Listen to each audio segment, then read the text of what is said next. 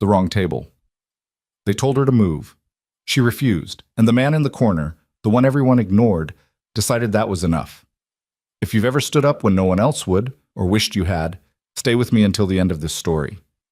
And when you're done, hit that like button and drop a comment telling me what city you're watching from. I want to see just how far this story can travel. P. The copper tap hadn't changed in 20 years, and nobody in Millbrook wanted it to. Same scarred oak bar, same neon Budweiser sign flickering in the front window, same classic rock bleeding through speakers that had seen better decades. Friday nights brought the town together in a way nothing else could. Shift workers and office managers, teachers and mechanics, all crowding into the dim warmth that smelled of beer and fried onions, and the particular comfort of familiar territory. Ethan Cole sat in his usual corner booth, the one with the torn vinyl patched with duct tape, nursing a Coors Light that had gone lukewarm an hour ago. He'd learned to make one beer last a whole evening. Single-father budgets didn't leave much room for recreational drinking, and besides, he wasn't really here for the alcohol. He was here for the noise, the background hum of other people's lives that filled the silence of his own thoughts. At 32, Ethan had the kind of face that disappeared in crowds. Average height, brown hair that needed cutting, clothes from the Goodwill that fit well enough. He worked maintenance at the hospital, fixed broken things, kept his head down, picked up his 8-year-old daughter from school every day at 3:15. Invisible was safe. Invisible was how he'd survived the last decade. The table near the center of the room had been empty when he'd arrived at 7. By 8:30, a woman sat there alone, a laptop open in front of her, papers spread across the scarred surface. She looked out of place in the copper tap, not because she was overdressed, but because she was working. Nobody worked at the copper tap. You came here to forget about work, to let the week drain out of you in 12-ounce increments. Ethan noticed her the way he noticed everything, peripherally without apparent interest. She was maybe 30, dark hair pulled back in a practical ponytail, dressed in jeans and a gray sweater that had seen a lot of washes. The laptop was old, the papers were marked up with handwritten notes, and she'd ordered food. The Friday fish fry that was the tap's one reliable meal. She ate methodically while she worked, fork in one hand, highlighter in the other, completely absorbed in whatever she was reading.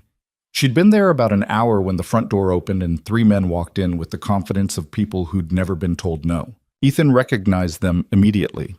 Everyone in Millbrook recognized them. Marcus Trent led the group, all 6'2" of calculated charm, wearing a suit that cost more than Ethan made in a month. He owned Trent Development, which meant he owned half the commercial real estate in Millbrook and was working on acquiring the other half. His father had been mayor for 16 years. His grandfather had built the original town hall. The Trent name was carved into this town's foundation, and Marcus wore that history like armor. Behind him came Kevin Parsons, the town's most successful attorney, the kind of lawyer who never saw the inside of a courtroom because he settled everything before it got that far. Kevin had gone to Princeton, which everyone knew because he mentioned it approximately every 15 minutes. He'd come back to Millbrook after law school with the air of someone doing charity work, bringing his Ivy League expertise to the unfortunate locals who didn't know better. The third man was Derek Nash, who'd inherited Nash Auto from his father and turned one struggling dealership into a regional chain. He was the loudest of the three, the one who laughed too hard at his own jokes, the one who always seemed to be performing for an audience only he could see. They were Millbrook's royalty, the triumvirate who sat on every board, funded every campaign, showed up in every newspaper photo of every ribbon-cutting ceremony. They were success, influence, power, everything this small town had to offer to anyone with ambition. They were also, Ethan had observed over the years, colossal assholes. The 3 men surveyed the bar with proprietary interest, nodding to the bartender, acknowledging the people who mattered. Their eyes landed on the center table, their usual table, apparently, where Rachel Moore sat working, completely oblivious to their arrival. Ethan watched Marcus's expression shift from surprise to irritation to something colder. He said something to Kevin and Derek, and all 3 of them laughed. Then they started walking toward her table. The bar's ambient noise didn't change exactly, but something shifted in the atmosphere. People noticed. Conversations continued, but attention redirected. Everyone was suddenly very interested in their own drinks, their own discussions, while simultaneously tracking the movement of those 3 men across the room. Rachel didn't look up until they were standing directly beside her table. "Excuse me," Marcus said, his voice carrying that particular blend of politeness and absolute certainty that he would get what he wanted. "I think there's been a misunderstanding." Rachel glanced up, startled out of her concentration. "I'm sorry?" "This is our table," Kevin said, gesturing vaguely at the space. "We sit here every Friday night, have for years." Rachel looked at the table, then at them, processing. "Oh, I didn't know. There wasn't a reserved sign or anything." "Doesn't need a sign," Derek said, grinning like this was all tremendously amusing. "Everyone knows." "Well, I didn't know," Rachel said, her voice still polite but with an edge creeping in. "I'm new in town. Started teaching at Millbrook Elementary 2 weeks ago." "That's great," Marcus said, his smile not quite reaching his eyes. "Welcome to Millbrook. Now, if you could just gather your things, we'd appreciate getting our table back." Rachel stared at them for a long moment. Ethan could see her calculating, weighing options, recognizing the power dynamic. 3 successful men in expensive clothes against one woman who'd been in town for 2 weeks, the whole bar watching, waiting to see what she'd do. She closed her laptop carefully. "No." The single syllable landed in the space between them like a challenge. Marcus's smile froze. "I'm sorry. What?" "I said no." Rachel's voice was steady now, stronger. "I got here first. I ordered food. I'm working. I'm not moving because you're used to having this table. You're all adults. You can sit somewhere else." "Do you know who we are?" Kevin asked, his Princeton polish cracking to reveal something uglier underneath. "I know you're 3 men trying to intimidate a woman into giving up a table in a public bar," Rachel said. "That's all I need to know." Derek laughed, but there was no humor in it. "Sweetheart, I don't think you understand how things work around here." "Don't call me sweetheart. We're not trying to intimidate anyone," Marcus said, his voice dropping into a lower register, reasonable and patient, like he was explaining something to a child. "We're simply asking you to show some respect for local customs. This is our table. It's been our table for 5 years. We have business to discuss, and we'd prefer to discuss it at our regular spot. Surely you can understand that." "I understand that you feel entitled to something that doesn't belong to you," Rachel said. "I understand that you expect me to move because you asked, because you're used to people doing what you want. But I was here first, and I'm not finished, and I'm not moving." The temperature in the bar seemed to drop 10 degrees. Ethan watched people deliberately turn away, suddenly fascinated by their coasters, their phones, the sports highlights playing on the TV above the bar. The bartender, Jimmy, who Ethan had known for 6 years, polished the same glass over and over, his eyes fixed on nothing. Nobody wanted to be part of this. Nobody wanted to choose sides. "Listen," Kevin said, his voice hardening. "You're new here, so maybe you don't get it yet. But these are the kind of mistakes you make once. You're a teacher, right? At the elementary school? You're going to want people in this town to like you. You're going to want parents to request you for their kids. You're going to want the school board to approve your contract next year. You're going to need references, recommendations, community support. Are you really going to burn all that over a table in a bar?" It wasn't quite a threat. It was close enough. Rachel's face went pale, but her jaw set. "Are you seriously threatening my job because I won't give up a table?" "Nobody's threatening anything," Marcus said smoothly. "Kevin's just pointing out reality. Millbrook is a small town. Reputation matters. Relationships matter. You're going to be here a long time, hopefully. You want to start off on the right foot." "The right foot being doing whatever you tell me?" "The right foot being understanding how things work," Derek said. "Being smart about who you cross." Ethan's hand tightened around his beer bottle. He'd been watching this unfold with the same detached observation he applied to everything, the same careful distance. He'd learned to navigate the world by being unnoticed, by not getting involved, by understanding that other people's problems stayed. Other people's problems if you kept your head down. He'd learned that lesson the hard way. He'd learned it when getting involved meant losing everything. But sitting in his corner booth, watching 3 men surround one woman, watching the whole bar pretend not to see what was happening, watching Rachel's hands shake slightly as she tried to hold her ground against people with all the power, something in him shifted. It was a quiet thing, almost unnoticeable. like the first crack in a dam, the first give in a foundation. He'd built his whole life around staying invisible, staying safe, keeping his distance.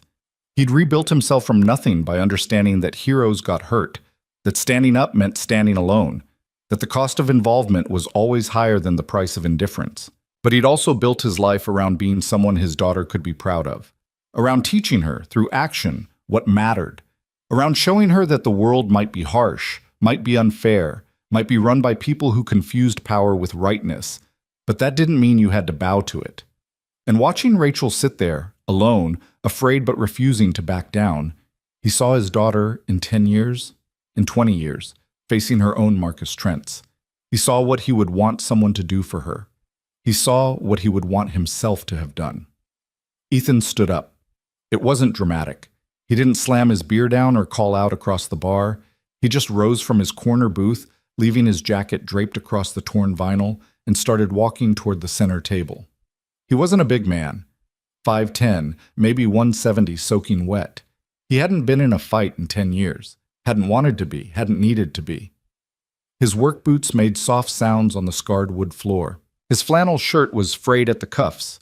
He looked like what he was, a maintenance worker on a Friday night. Nobody important, nobody who mattered. Every eye in the bar tracked his movement. Rachel saw him coming and something flickered in her expression. Confusion maybe, or concern that the situation was about to get worse. The three men didn't notice him until he was almost at the table. And when Marcus finally glanced up, the dismissal in his eyes was immediate and complete. "Can we help you?" Marcus asked, his tone making it clear that helping Ethan was the last thing he intended to do. "I think you should leave her alone," Ethan said quietly. The words fell into the space between them, simple and declarative. Not aggressive, not challenging, just stating a fact. Derek laughed. "I'm sorry, who the hell are you?" "Someone who thinks three grown men ganging up on a woman over a table is pretty pathetic," Ethan said, his voice still level, still calm. Kevin turned fully toward him now, his attorney's assessment taking in Ethan's cheap clothes, his unremarkable face, his complete lack of anything that would mark him as someone to take seriously. "This doesn't concern you. Go back to your beer." "It concerns everyone in this bar," Ethan said. "Everyone who's pretending not to watch while you intimidate someone who can't fight back." "Can't fight back?" Marcus's eyebrows rose. "She's perfectly capable of fighting back. She can move to another table, problem solved." "Why should she move? She was here first." "Because we asked nicely," Derek said. "Because this is our table. Because we're trying to conduct business and she's in our way." "Funny how your business always seems to require other people getting out of your way," Ethan observed. Marcus's expression hardened. "I don't know you." "Ethan Cole. I fix broken things at the hospital." "The janitor," Kevin said, and the word carried all the contempt in the world. "Maintenance," Ethan corrected. "And yeah, I clean things too. Seems like that's needed right now." "Is that supposed to be an insult?" Derek asked, moving half a step closer, using his height, he had 3 inches on Ethan, as intimidation. "It's an observation," Ethan said. "You're making a mess. Someone should clean it up." Rachel was staring at him now, her eyes wide. "You don't have to do this," she said quietly. "I can handle it." "I know you can," Ethan said, not looking at her, keeping his focus on the 3 men. "But you shouldn't have to." Marcus studied Ethan with new attention, reassessing. "Do you have any idea who you're talking to?" "Yeah. 3 guys who think money and connections mean they can do whatever they want. 3 guys who are used to people being scared of them." Ethan paused. "I'm not scared of you."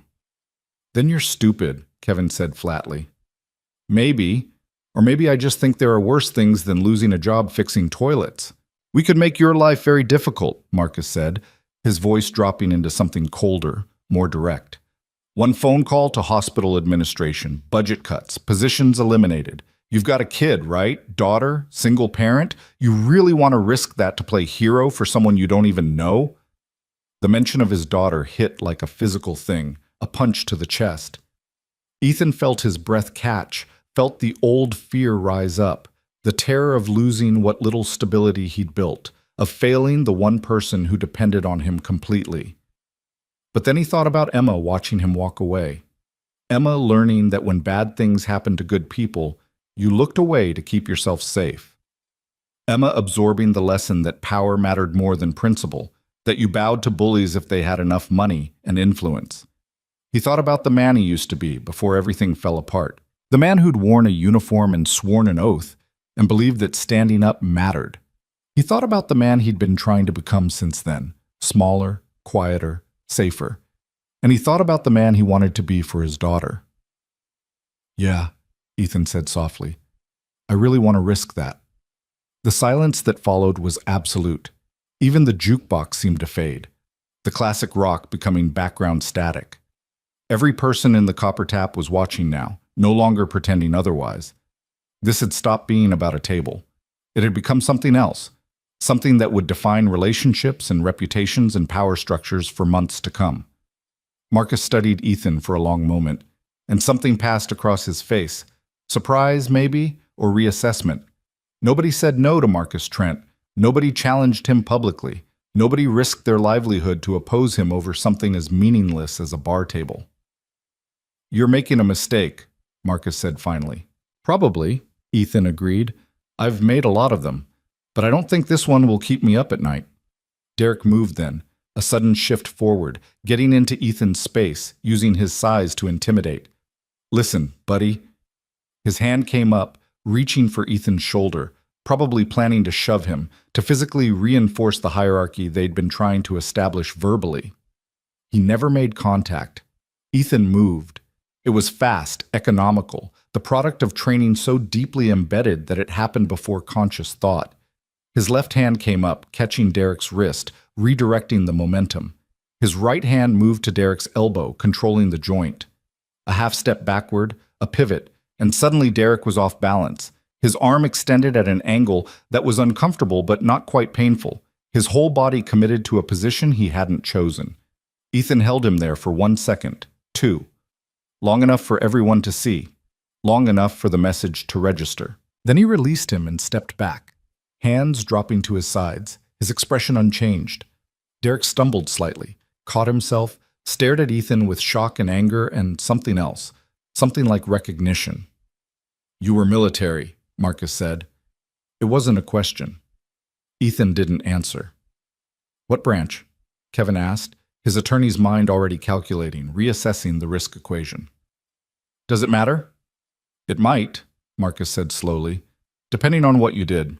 Depending on why you're fixing toilets in a hospital instead of still wearing the uniform." Ethan felt the old walls going up, the defenses he'd built to protect what little privacy he had left.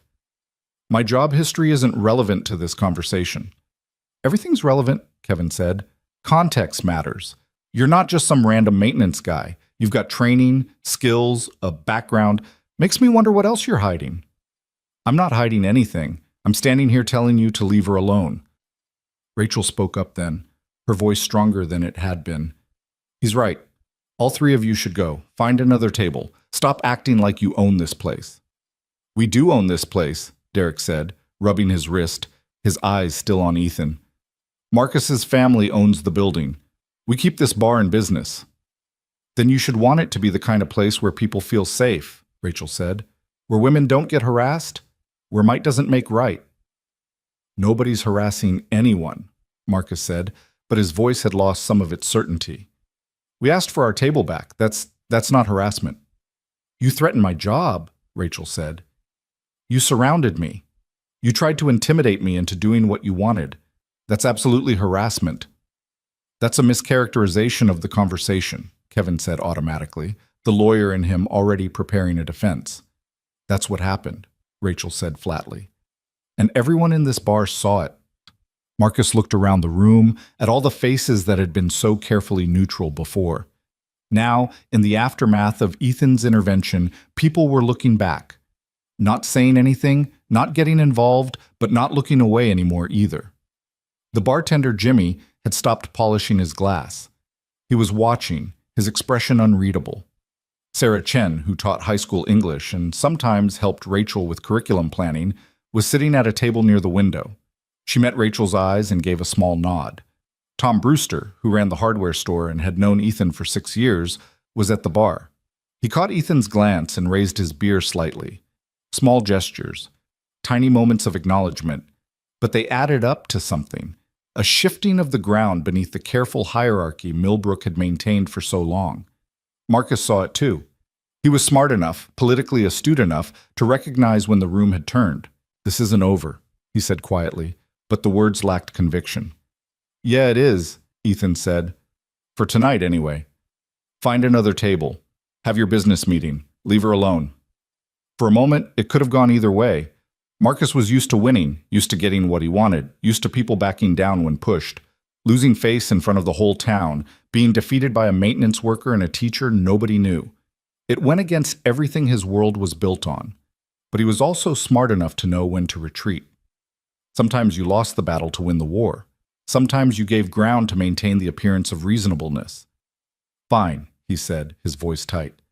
"We'll sit somewhere else. This time." The three of them moved away, taking a table near the back, and the whole bar seemed to exhale. Conversations resumed, louder now, excited, everyone suddenly having opinions they'd been too nervous to express moments before. Ethan stood beside Rachel's table, suddenly aware that he was shaking slightly, adrenaline working its way through his system. It had been so long since he'd confronted anyone, since he'd put himself in the middle of a situation, since he'd used the skills he'd spent years trying to forget. "Thank you," Rachel said quietly. "You didn't have to do that." "Yeah, I did," Ethan said. "They're going to make your life hell. You know that, right?" "Probably," he smiled slightly. "Won't be the first time." "Still, I appreciate it." She gestured to the empty chair across from her. "You want to sit, since you defended my table so dramatically?" Ethan glanced back at his corner booth, at the jacket draped across the seat, at the warm beer waiting for him, at the safety and invisibility he'd walked away from. "Yeah," he said, "I'd like that." He sat down, and Rachel pushed half her fries across the table toward him. "Least I can do is share. I'm Rachel, by the way. Rachel Moore." Ethan Cole. "The janitor," she said, but there was no mockery in it, just acknowledgement of what Kevin had said. "Maintenance worker," he corrected. "There's a difference." "What's the difference?" "About $2 an hour and a slightly better title." She laughed, and some of the tension drained out of her shoulders. "Well, Ethan, the maintenance worker, you just made an enemy of the most powerful men in town. How does it feel?" "Familiar," he said, reaching for a fry. "You've done this before?" "Something like it." He paused. "Long time ago." "The military thing they mentioned?" "Yeah." "Want to talk about it?" "Not particularly." "Fair enough." Rachel closed her laptop, setting it aside, giving him her full attention. "Then let's talk about what happens next. Because they're not going to let this go. Men like that, they can't afford to let someone challenge them and get away with it. It sets a precedent." "I know." "And you did it anyway." "I did it anyway," Ethan agreed. "Why?" He thought about his answer for a moment, watching the three men at their new table in the back, watching them try to salvage their dignity and plan their revenge. He thought about Emma, home with Mrs. Patterson from next door, probably reading her library book, waiting for him to come home and check on her homework. He thought about the man he'd been, the man he'd become, the man he was still trying to figure out how to be. "Because someone had to," he said finally, "and I was tired of watching." Rachel studied his face, and he had the sense of being seen, really seen for the first time in years, not dismissed, not overlooked, not invisible, actually acknowledged. "Me too," she said softly. "I'm tired of watching too."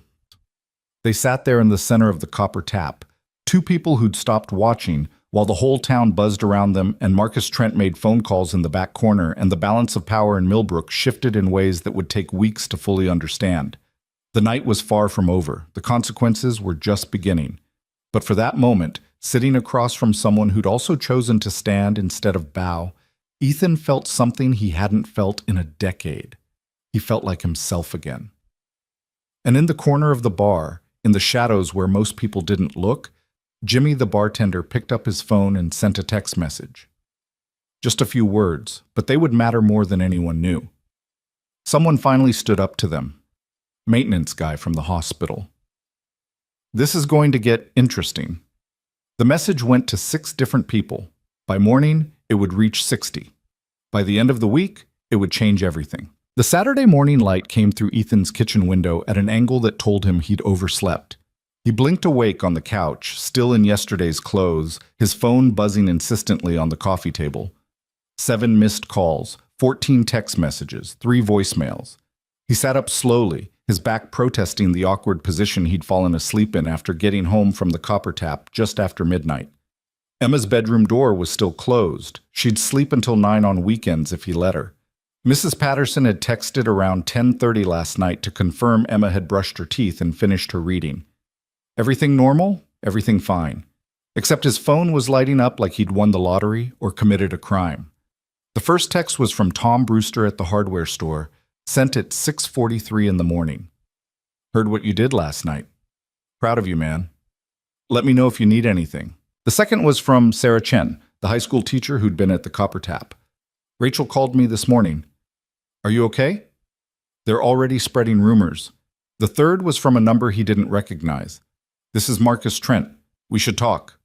Call me. Ethan stared at that one for a long moment, then scrolled through the rest. More support from people he barely knew. More warnings about retaliation. More evidence that last night's confrontation had spread through Millbrook like wildfire. Jimmy's text had done its work. By breakfast time, everyone knew. The hospital maintenance worker had stood up to Marcus Trent. The invisible guy had made himself visible. The story was already being retold, reshaped, turned into mythology. Some versions had Ethan throwing punches. Others had Marcus backing down completely. None of them quite matched what had actually happened, but that didn't matter. What mattered was the narrative that was forming, the idea that someone had finally said no. His phone rang. The hospital. Ethan's chest tightened. Hello? Ethan, it's Gloria. Gloria Mendez, the hospital administrator, her voice careful and professional. Can you come in this morning? We need to discuss something. It's Saturday. I'm aware. This can't wait until Monday. Is this about last night? A pause. Please, just come in. 10 o'clock? She hung up before he could answer. Ethan sat on his couch, holding his silent phone, feeling the weight of consequences settling onto his shoulders. He'd known this was coming. Marcus had basically promised it. One phone call to hospital administration, budget cuts, positions eliminated. He'd walked into this with his eyes open, made his choice, accepted the price. But knowing it was coming didn't make it easier. Emma's door opened and she padded out in her pajamas, hair a mess, clutching the stuffed rabbit she'd had since she was 3. Dad? You're up early. Couldn't sleep. He managed to smile. Pancakes? Always pancakes. She climbed onto the couch next to him, curling into his side with the easy affection of 8-year-old trust. You okay? You look worried. Just thinking about work stuff. Boring work stuff? Very boring, he lied. They made pancakes together, Emma standing on her step stool to help flip them, getting batter on her pajamas and flour in her hair. Normal Saturday morning routine. The kind of simple, perfect moment that Ethan had built his whole life around preserving. Every decision he'd made since Emma was born had been about creating stability, safety, predictability, about being the opposite of his own father, who disappeared when Ethan was 12 and never looked back, about being present, being reliable, being enough. And now he'd risked it all for a stranger in a bar. Dad, you're burning the pancake. He flipped it quickly, scraping off the charred bits. Just like you like them, extra crispy. That's not extra crispy. That's extra burnt. But she was giggling, and the sound loosened something in his chest. At 9:30, Mrs. Patterson came over to watch Emma. She was 72, retired from teaching, and had lived next door for 40 years. She knew everyone, heard everything, and had strong opinions about most of it.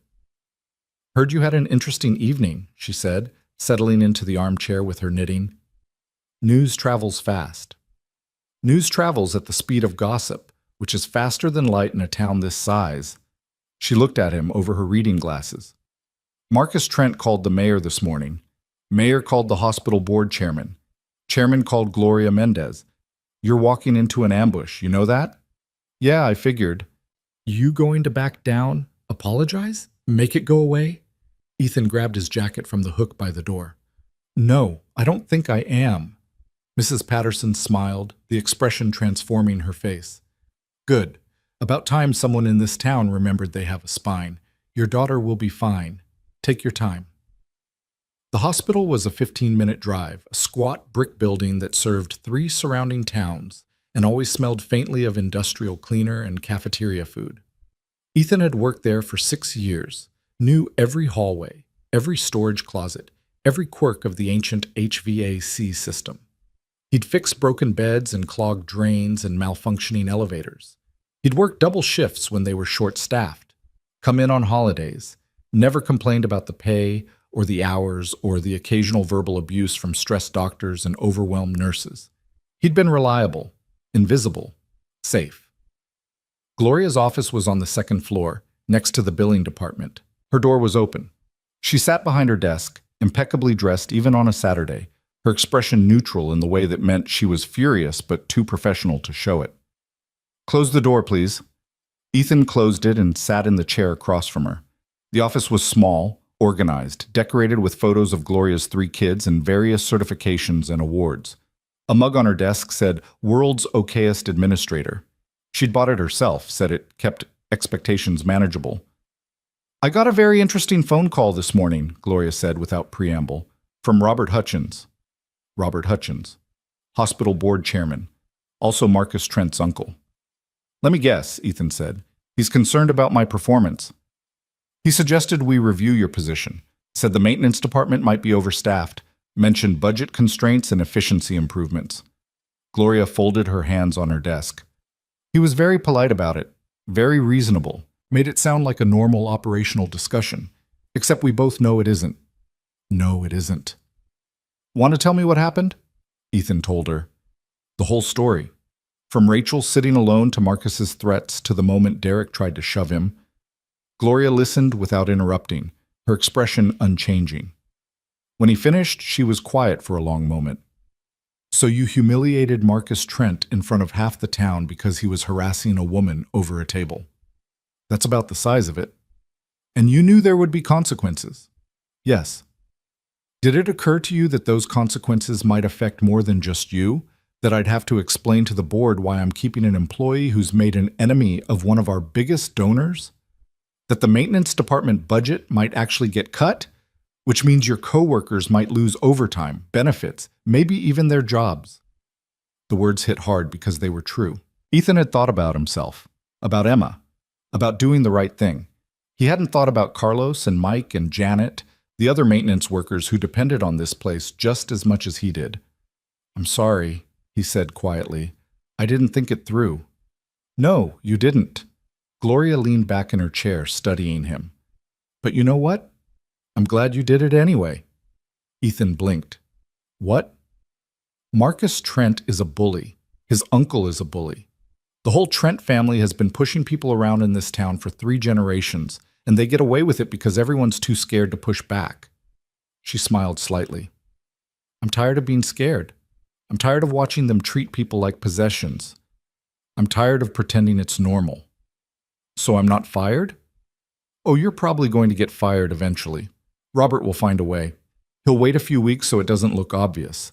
Then he'll manufacture a reason. Budget cuts, restructuring, whatever sounds good on paper." Gloria shrugged. "But until then, you still work here. And I'm going to make damn sure that when it happens, it's clear why it happened.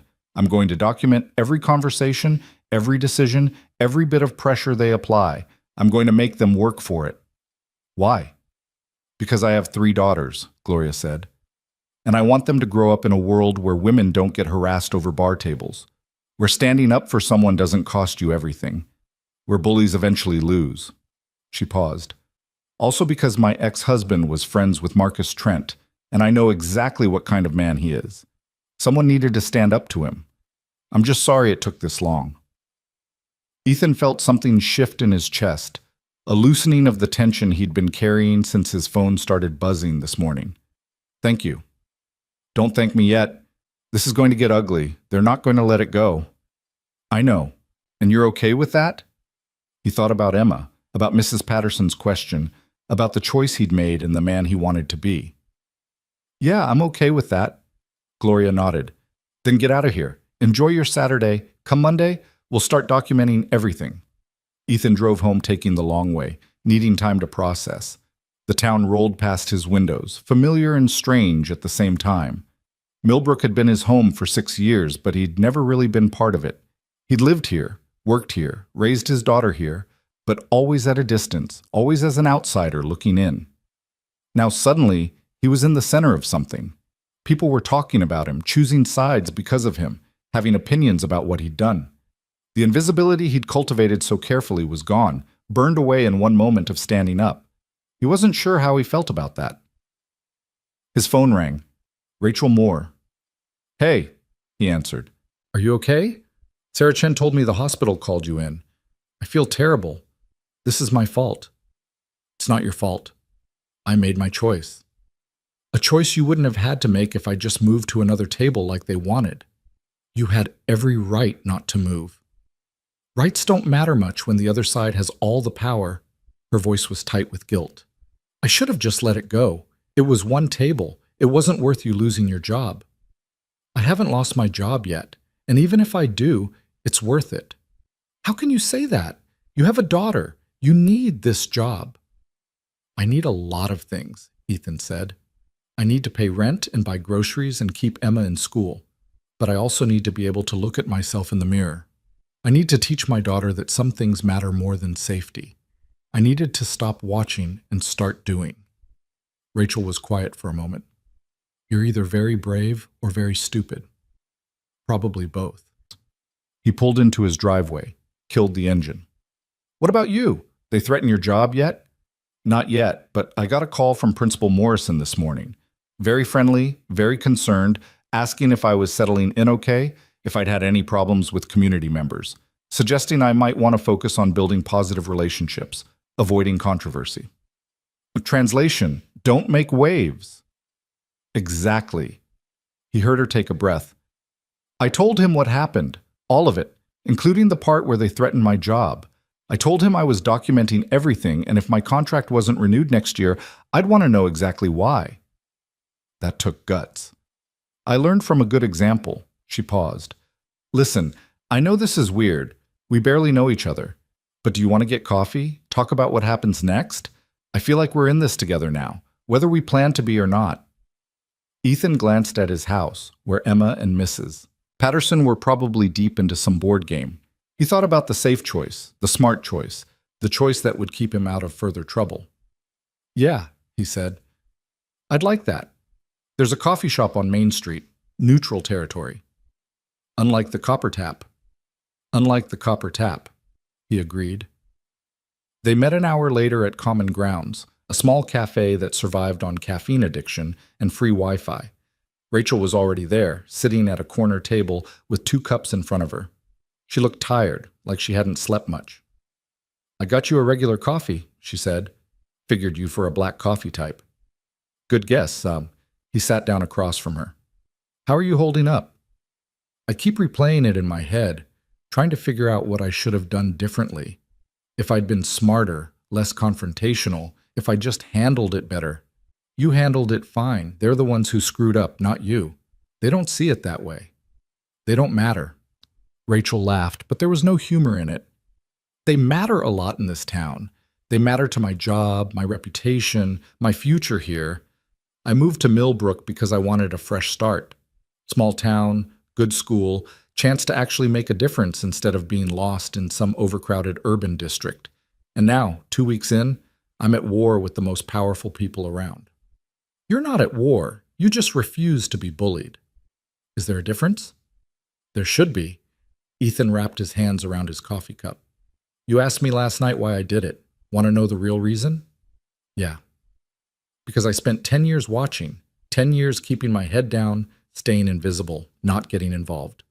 I had good reasons. I thought I had good reasons. I was protecting myself, protecting Emma, building a stable life. But somewhere along the way, I forgot who I was. I forgot that sometimes you have to stand for something, even if it costs you." "What happened 10 years ago?" Ethan hesitated. He didn't talk about this. He'd spent a decade not talking about this, building walls around the parts of his past that hurt too much to examine. But sitting across from Rachel, who'd trusted him enough to stand her ground, who was facing consequences because he'd chosen to help her, he felt like he owed her the truth. "I was Army, infantry, then Rangers. Did 2 tours in Afghanistan, came back, planned to make it a career. He stared into his coffee. Then my wife got pregnant. Emma. We were happy. I was up for a promotion. We were stationed in Georgia. Everything was good. What happened? She died. Complications during childbirth. They saved Emma, but he swallowed hard. Lauren was gone. I had this baby, this impossibly tiny person who needed me, and I was falling apart. I tried to keep going, tried to stay in, but I couldn't do it. Couldn't focus, couldn't be present, couldn't be the soldier I needed to be. So you got out. Got out, moved around a lot, couldn't settle anywhere. Ended up in Millbrook 6 years ago because the rent was cheap and they needed a maintenance guy. And I just stopped. Stopped trying to be anything more than a father who kept his head down and his daughter safe. He finally looked up, met her eyes. Last night was the first time in 10 years I remembered what it felt like to be more than that. Rachel reached across the table, her hand covering his. I'm sorry about your wife. Me too. He didn't pull away from her touch. But Emma's amazing. 8 years old, smart as hell, kind in ways I don't understand. She makes everything worth it. She's lucky to have you. I'm lucky to have her. He managed a small smile. Anyway, point is, I'm tired of being small. I'm tired of teaching her through my actions that the right thing to do is nothing. So yeah, this might cost me. Might cost both of us. But at least we'll know we stood for something. Very inspiring speech, a voice said from behind them. Very heroic. They both turned. Kevin Parsons stood there, immaculate in weekend casual wear that probably cost more than Ethan made in a week. His smile was cold, calculated. Kevin, Rachel said flatly, are you following us? Following you? I'm getting coffee. This is a public place. He gestured to the counter. Though I have to say it's interesting seeing you two together. The maintenance man and the teacher, united in righteous indignation. What do you want? Ethan asked. Just to give you both some friendly advice from someone who understands how this town works. Kevin pulled out a chair, sat down uninvited. See, you think you won something last night. You think standing up to Marcus made you heroes, but you don't understand the game you're playing. This isn't a game, Rachel said. Everything's a game, and in this game, we control the board. Marcus's family owns half the commercial real estate in town. I handle legal work for most of the major employers. Derek's dealership sponsors half the youth sports leagues, employs 40 people, supports local charities. Kevin leaned back, completely relaxed. We're not villains. We're the foundation this town is built on. We create jobs, we fund programs, we make Millbrook work. By threatening people who don't do what you want, Ethan said. By maintaining order. By ensuring that people understand there are consequences for disruption. Kevin's smile never wavered. You want to be heroes? Fine. But heroes need to understand what they're fighting for. Is it worth it? That's the question. Is this table dispute worth Ethan's job? Worth Rachel's teaching career? Worth the very real possibility that we make both your lives measurably worse? You can't fire me for standing up to harassment, Rachel said. Of course not. That would be illegal. But I can suggest to the school board that budget constraints require not renewing probationary teachers. I can mention to parents that you might not be the best fit for the community. I can make sure that when recommendation letters are needed, they're lukewarm at best. Kevin shrugged. All perfectly legal, all perfectly defensible, all perfectly devastating to your career. And Ethan? Hospital budgets are tight, maintenance can be outsourced, single father with no degree, no prospects, no support system? That's a hard position to be in. Kevin stood up. I'm not threatening you. I'm just explaining reality. You started something last night. Now you have to decide if you want to finish it. We didn't start anything, Ethan said quietly. You did. When you decided you owned that table. When you decided her rights didn't matter. When you decided power meant you could do whatever you wanted. And we've been deciding that for years without problem, Kevin said. The only thing that changed is you decided to make it a problem. So ask yourself, was it worth it? He walked away, ordered his coffee at the counter, left without looking back. Rachel and Ethan sat in silence for a long moment. He's right, Rachel finally said. They can destroy us without breaking any laws. They can make it look legitimate, reasonable, justified. And nobody will stop them because everyone's too scared. Yeah. So what do we do? Ethan thought about Gloria's words, about Mrs. Patterson's smile, about the text messages from people he barely knew offering support. He thought about Emma asking why he looked worried, about teaching her through actions what mattered. We don't back down, he said. We document everything. We tell everyone what's happening. We make them do it in full view of the whole town. We make them show everyone exactly who they are. That's not much of a plan. No, it's not. He smiled slightly. But it's all I've got. Oh, Rachel studied him for a long moment, then nodded. Okay, then I'm in. If we're going down, we go down fighting. We might not go down. People are paying attention now. They're watching. That matters. Does it? People watched last night too. Most of them looked away. Some didn't. Sarah Chen didn't. Tom Brewster didn't. Jimmy sent that text that started this whole thing spreading. Ethan leaned forward. Maybe there are more people than we think who are tired of looking away. Maybe they just needed someone to go first. And that someone is us. That someone is us, he agreed. They finished their coffee, talking strategy, talking contingencies, talking about everything that could go wrong. When they finally left Common Grounds, the sun was high and bright, and the whole day stretched ahead with possibility and danger in equal measure. Ethan drove home thinking about momentum, about how small actions cascaded into larger ones, about how standing up once made it easier to stand up again, about how invisibility was a choice, and he'd finally chosen differently. Emma was waiting on the front porch, drawing with sidewalk chalk. She looked up when he parked, her face bright with the uncomplicated joy of childhood. Dad, Mrs. Patterson taught me how to draw a dragon. Let me see. She dragged him to her chalk masterpiece, a sprawling creation that covered half the driveway. It was crude but enthusiastic, all teeth and wings and fire. It's protecting the castle, Emma explained, from the bad guys. Very fierce dragon, Ethan said. Think it'll win? Of course it'll win. It's a dragon. Dragons always win. He wished he had her certainty. He wished the world worked the way 8-year-olds believed it did, where good guys won and dragons protected castles and standing up for what was right always mattered. But maybe, just maybe, it could. Maybe this time, the dragon would win. Monday morning came too fast. Ethan dropped Emma at school, watching her run toward the playground where her friends were already gathering. She turned back once to wave, her backpack bouncing against her shoulders, completely unaware that her father's job hung in the balance. He waved back, then sat in his truck for a moment before heading to the hospital. His phone had been quiet all Sunday.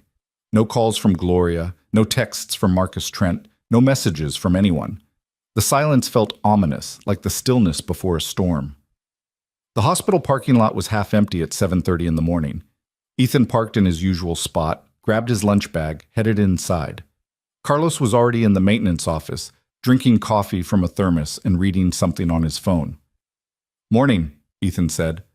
Carlos looked up, his expression carefully neutral. Morning. You talked to Gloria yet? Not since Saturday. Why? Robert Hutchins was here yesterday, Sunday. Came in to look at budget reports with Gloria for 3 hours. Carlos set his phone down. Everyone's talking, man, about Friday night, about you and Marcus Trent, about what's going to happen. What are they saying? That you're either the bravest guy in Millbrook or the stupidest, maybe both. Carlos studied him. Mike and Janet are worried. They think if the board cuts the maintenance budget because of this, we all lose hours, maybe jobs. The guilt hit fresh and hard. I know, I'm sorry. Don't apologize to me. I think what you did was right. Someone needed to stand up to those assholes. Carlos took a sip of coffee. But Mike's got 3 kids. Janet's taking care of her mom. They're scared, and they're not wrong to be scared. Before Ethan could respond, his radio crackled. Gloria's voice, professional and clipped. Ethan, please come to my office. Carlos met his eyes. Good luck, man. Ethan took the stairs slowly, giving himself time to prepare. Whatever was coming, he'd face it. He'd made his choice. He'd live with the consequences. Gloria's office door was closed. He knocked. Come in. She sat behind her desk, but she wasn't alone. Robert Hutchins occupied the chair Ethan had sat in on Saturday, his expensive suit and carefully styled silver hair making Gloria's small office feel even smaller. He was 63, retired from a career in hospital administration in Pittsburgh, serving on Millbrook Hospital's board as a public service, also as a way to maintain his nephew's influence. "Mr. Cole," Hutchins said without standing, without offering to shake hands. "Thank you for joining us." Ethan sat in the remaining chair, a cheap plastic thing pulled in from the break room. The power dynamic was clear and intentional. "Mr. Hutchins has some concerns he wanted to discuss," Gloria said, her voice carefully neutral, "about departmental efficiency and resource allocation." "Let's not dance around this," Hutchins said, his tone pleasant and utterly cold. "I'm here because you created a problem Friday night. A problem that reflects poorly on this hospital, on our community relationships, and on your judgment." "I stood up for someone being harassed," Ethan said. "That's not a problem." "You assaulted a prominent community member." "I stopped him from shoving me. That's not assault. That's self-defense." "Your interpretation. Others might see it differently." Hutchins crossed his legs, completely relaxed. "Regardless, the incident has created tension between this hospital and several important donors and community partners. That tension affects our ability to serve patients, to maintain funding, to operate effectively. So you want me to apologize? I want you to understand the position you've put us in. This hospital depends on community support, on donations from people like Marcus Trent, on positive relationships with local business leaders who fund equipment purchases, sponsor health fairs, serve on our board."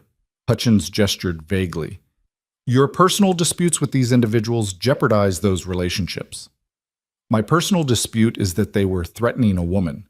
If that jeopardizes your relationships, maybe you need better relationships." Hutchins' expression hardened. "I don't appreciate your tone. And I don't appreciate being called in here to be lectured about protecting donors who use their money to excuse harassment." "Ethan," Gloria said quietly, a warning. But Ethan was done being careful. He'd spent 6 years being careful, being quiet, keeping his head down. Standing up Friday night had opened something in him, and he couldn't close it back up now even if he wanted to. "You came here to fire me," he said, looking directly at Hutchins.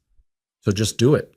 Don't waste everyone's time pretending this is about efficiency or budget concerns or hospital operations. You're here because your nephew got embarrassed, and you're here to punish me for it.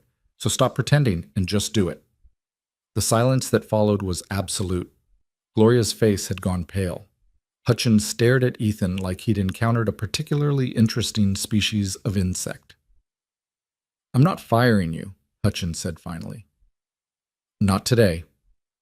"Why not?" "Because firing you immediately after the incident would be too obvious. It would confirm exactly what you just said, that we're retaliating against an employee for standing up to harassment. That's terrible optics. That's the kind of thing that gets media attention, lawsuits, public relations nightmares." Hutchins smiled without warmth. "So instead, we're going to do this properly. We're going to document performance issues. We're going to create a paper trail. We're going to give you every opportunity to improve, while simultaneously making it clear that your employment here is conditional on behavioral changes." "What kind of behavioral changes?" "Staying out of trouble, maintaining professional relationships, not creating further incidents that embarrass this hospital or its stakeholders." Hutchins stood. "You have 3 months. If you can keep your head down, do your job, and avoid creating more problems, you keep your position. If not, we'll have ample documentation to justify termination. Fair?" "No," Ethan said. "But I didn't expect fair." Hutchins nodded to Gloria and left without another word. Gloria waited until his footsteps had faded down the hallway, then turned to Ethan. "Are you trying to get fired?" "No, but I'm not going to grovel either." "There's a middle ground between groveling and antagonizing the board chairman." She rubbed her temples. 3 months. That's what we have. 90 days to either find you another job or build such a strong case for keeping you that they can't fire you without obvious retaliation." "You don't have to do that. This isn't your fight." "Yes, it is. It became my fight the moment they tried to use me as their weapon." Gloria pulled up a document on her computer. "Here's what we're going to do. You're going to be the most exemplary employee this hospital has ever seen. You're going to document every task, every repair, every interaction. You're going to volunteer for extra shifts, help other departments, make yourself indispensable. And I'm going to document every bit of it. Why are you doing this? Because they're counting on you giving up. They think if they apply enough pressure, you'll quit on your own and they won't have to fire you. They think you'll decide it's not worth the fight. She met his eyes. Are they right? Ethan thought about Emma's dragon drawing, about Rachel sitting alone at that table, about the text messages from people he barely knew saying they were proud of him. No, he said, they're not right. Good, then get to work. There's a clogged drain in the ER and a broken elevator on the 3rd floor. Make them remember why they need you. Ethan spent the rest of Monday working harder than he had in months. He fixed the drain, repaired the elevator, replaced flickering lights in 2 patient rooms, cleaned out a storage closet that hadn't been touched in years. He was professional, efficient, invisible in the way he used to be, except now he was documenting everything. Timestamps, photos of completed work, notes on materials used and problems solved, building his case 1 clogged drain at a time. At lunch, he sat in his truck and called Rachel. How'd it go? She asked. I've got 3 months before they fire me. Probably. Unless I can prove I'm too valuable to lose. That's something, I guess. Better than being fired today. What about you? Principal Morrison wants to meet tomorrow. Very casual, very friendly, just checking in on how I'm settling in. Her voice was tight with tension. Which means exactly what we thought it would mean. They're building their case, too. We should compare notes, document everything together, make sure our stories match. Our stories do match. We were both there. The truth is the truth. Truth matters less than narrative, Ethan said. They're going to create a story where we're the troublemakers, the outsiders who don't understand how Millbrook works. We need to create our own story. How? I don't know yet, but I think we need help. We can't fight this alone. Rachel was quiet for a moment. Sarah Chen called me this morning, the English teacher. She said she wants to help, said she's tired of watching Marcus and his friends run this town like their personal playground. Can we trust her? I think so. She's been here 7 years, has tenure, knows everyone. If anyone understands how this town works, it's her. Then let's talk to her. Tonight, after I pick up Emma. Somewhere private. They arranged to meet at Sarah's house at 7. Ethan spent the afternoon fixing a broken air conditioning unit and helping Carlos install new shelving in a supply closet. The work was mindless, familiar, the kind of physical labor that let his mind wander. He thought about systems, about power structures, about the way institutions protected themselves. The military had taught him how organizations worked, how authority flowed, how individuals could be crushed by bureaucracy if they didn't understand the machinery. He'd spent 10 years trying to forget those lessons, trying to be small enough that the machinery wouldn't notice him. But he remembered, and maybe if he was smart about it, he could use what he remembered. At 3:15, he picked up Emma from school. She climbed into the truck chattering about her day, about the math test she'd aced, about the new girl in her class who liked the same book she did. Normal 8-year-old concerns, blissfully unaware of the adult complications surrounding her. Dad? Can Zoe come over this weekend? She wants to see my rock collection. Sure, sweetie. I'll talk to her mom. And can we make those cookies again? The chocolate chip ones? The ones where you ate half the dough before we could bake them? Emma giggled. Those are the best cookies. He dropped her at Mrs. Patterson's at 6:30, promising to be back by 9.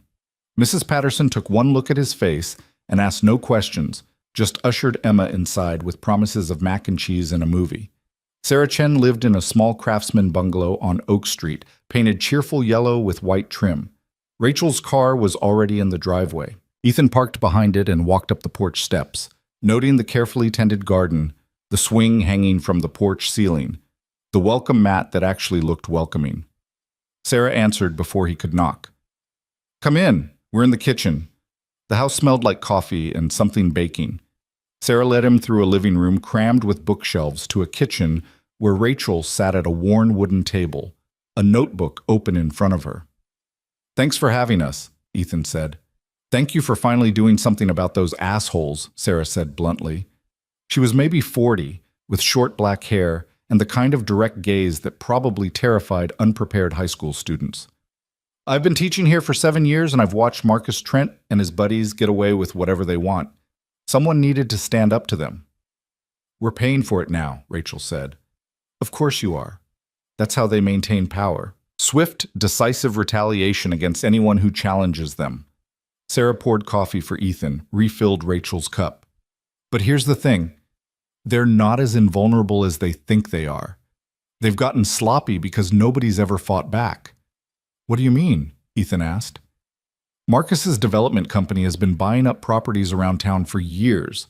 Some of those purchases are questionable, pressuring elderly homeowners to sell below market value, using code violations to force compliance, that kind of thing.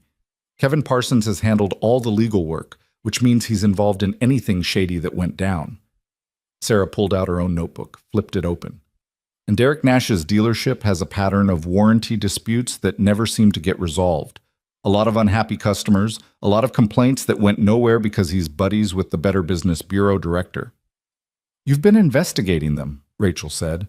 I've been paying attention. There's a difference. Sarah smiled slightly. I teach civics in government. I believe in systems of accountability. I also believe those systems only work if people use them. So what do we do with this information? Ethan asked.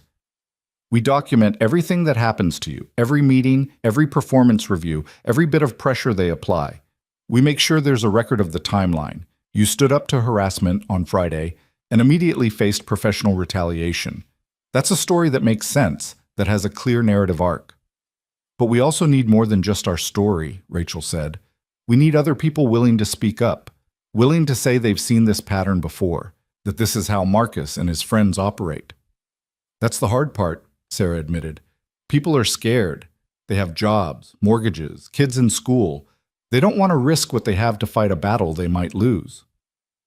So we change the equation, Ethan said slowly, an idea forming. We make it riskier to stay silent than to speak up. Both women looked at him. How? Rachel asked. By making this public, by telling the story before they can control it, by making sure everyone in town knows exactly what's happening and why. Ethan leaned forward. They're counting on doing this quietly, firing me in 3 months for performance issues, not renewing Rachel's contract for budget reasons, making it all look legitimate and reasonable. But what if we don't let them do it quietly? What if we tell everyone what's really happening? The local newspaper, Sarah said, the Millbrook Gazette. It's small, but people read it. And the editor, Tom Winters, he's old school, believes in accountability journalism, public interest stories, all that. You think he'd run a story about this? Rachel asked. I think he'd run a story about harassment and retaliation if we gave him the facts and let him investigate. Sarah tapped her notebook. And I think if the story includes the pattern of behavior, the questionable business practices, the way they've been operating with impunity for years, it becomes bigger than just you two. It becomes about the whole town. Ethan felt something shift, the beginning of a plan taking shape. We'd need people willing to go on record, willing to talk about their experiences with Marcus, Kevin, Derek, willing to be public about it. That's asking a lot, Rachel said. It is. But maybe if they see us going first, if they see we're not backing down, some of them will find the courage. Sarah looked between them. Are you both prepared for what this means? Going public makes this real, makes it permanent. Even if you win, even if they back down, you'll always be the people who caused trouble, who made waves. This town has a long memory. I'm already the maintenance guy who stood up to Marcus Trent, Ethan said. That's not changing whether we go public or not. And I'm already the new teacher who wouldn't give up a table, Rachel added. We're in this. We might as well fight it on our terms instead of theirs. Sarah nodded slowly. Okay, then here's what we do. I'll reach out to Tom Winters, feel him out, see if he's interested in the story. You two keep documenting everything, and I mean everything, every conversation, every meeting, every time someone looks at you sideways. We build the case methodically, carefully, with evidence they can't dispute. How long will that take? Rachel asked. However long it takes. We do this right, or we don't do it at all. Sarah refilled their coffee cups. In the meantime, we find allies, quietly. People who've been hurt by Marcus and his friends, people who are tired of the way things work, People who might be willing to speak up if they knew they weren't alone. We build a network. A resistance, Ethan said. I was thinking more like a community organization. Resistance sounds dramatic, but Sarah was smiling. Though I guess that's what it is, really. People resisting the idea that power is the only thing that matters. They spent the next 2 hours planning, strategizing, identifying potential allies, and documenting what they already knew.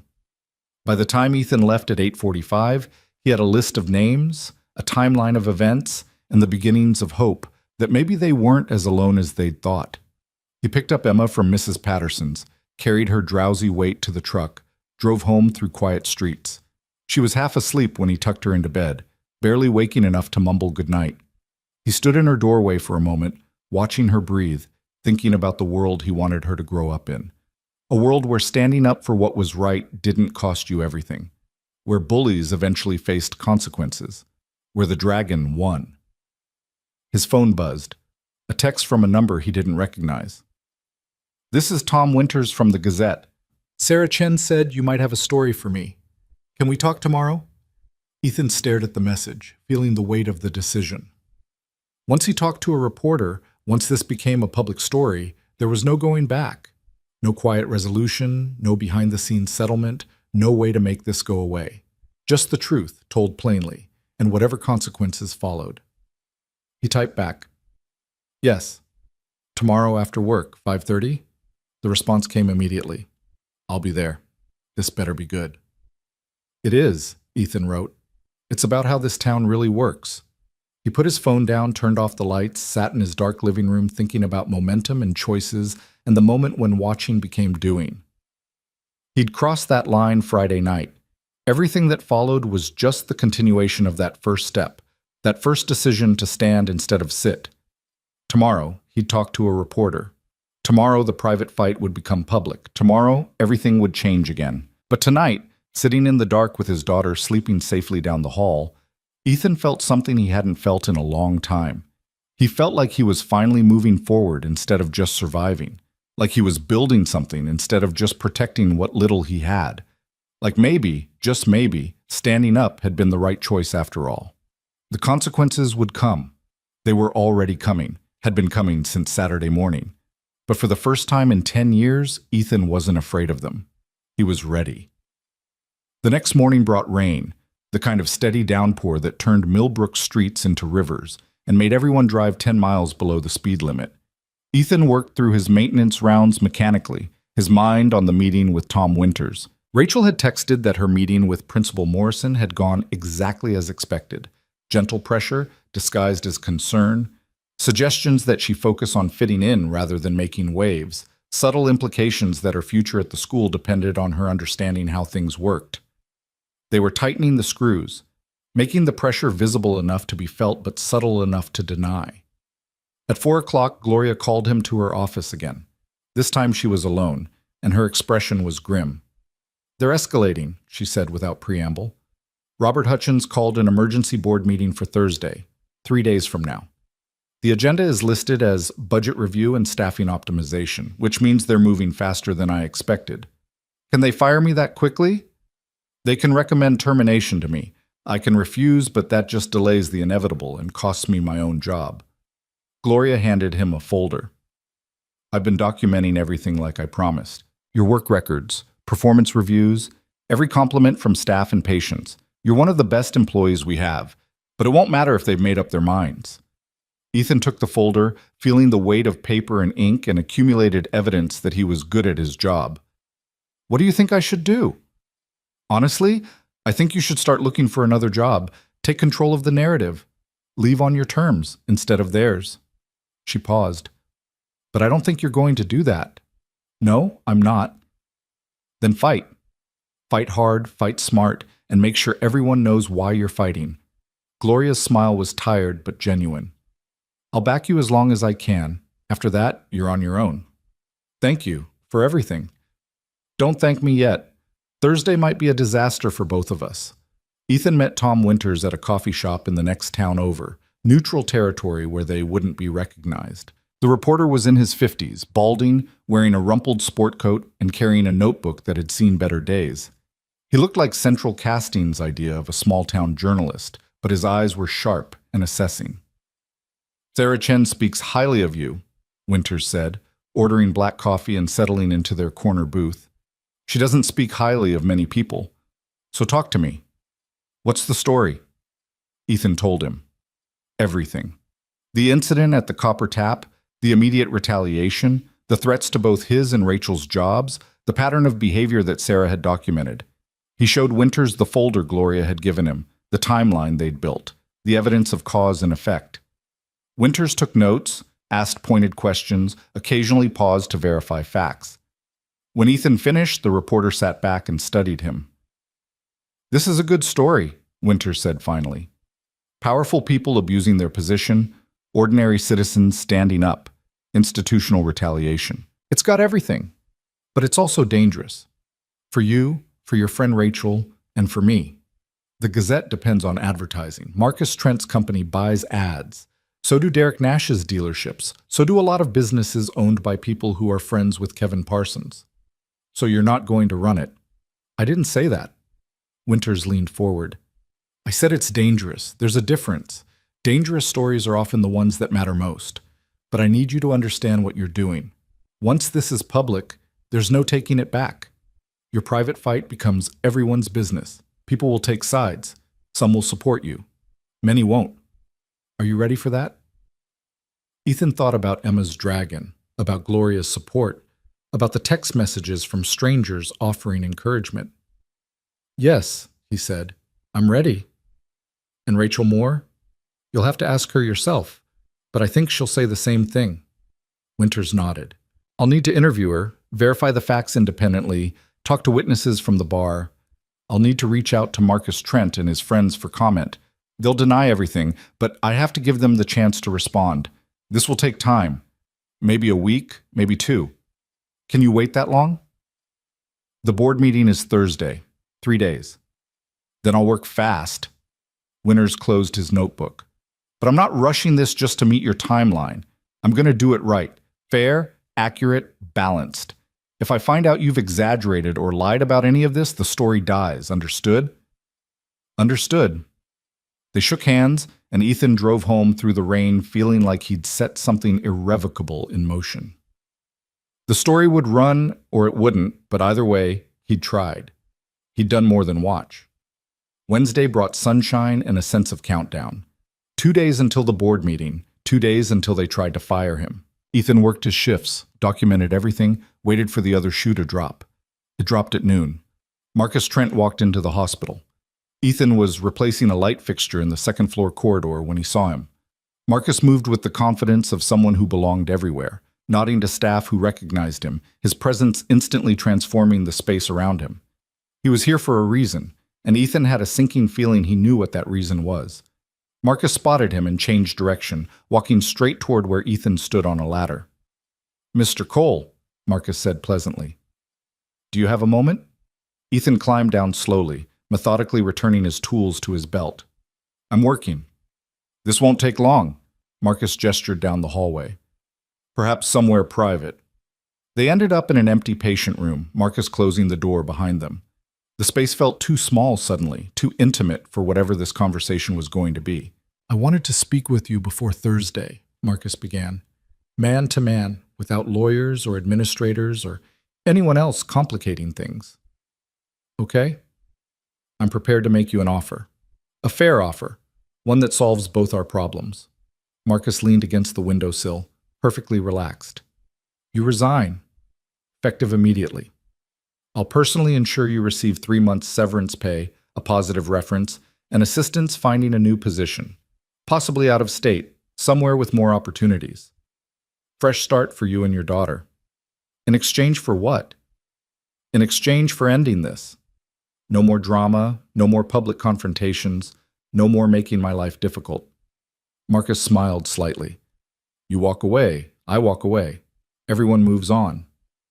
"And Rachel Moore?" "Miss Moore's employment situation is between her and the school district. I have no influence there." "That's a lie." "Believe what you want, but my offer stands. 3 months salary, good references, a clean break. Take it or leave it." Ethan studied the man in front of him, seeing the calculation behind the pleasant expression. Marcus was worried. He wouldn't be here offering money if he thought he could simply fire Ethan without consequences. Something had changed, some variable Marcus didn't control. Maybe the story getting out. Maybe Tom Winters asking questions. Maybe just the fact that people were watching now, paying attention in ways they hadn't before. "No," Ethan said. Marcus's smile faded. "That's a mistake." "Probably. I've made a few lately." 3 months severance is generous, more than generous. You'll never get a better offer. "I don't want your money. I want you to leave people alone. Stop threatening their jobs because they won't do what you want. Stop treating this town like it belongs to you."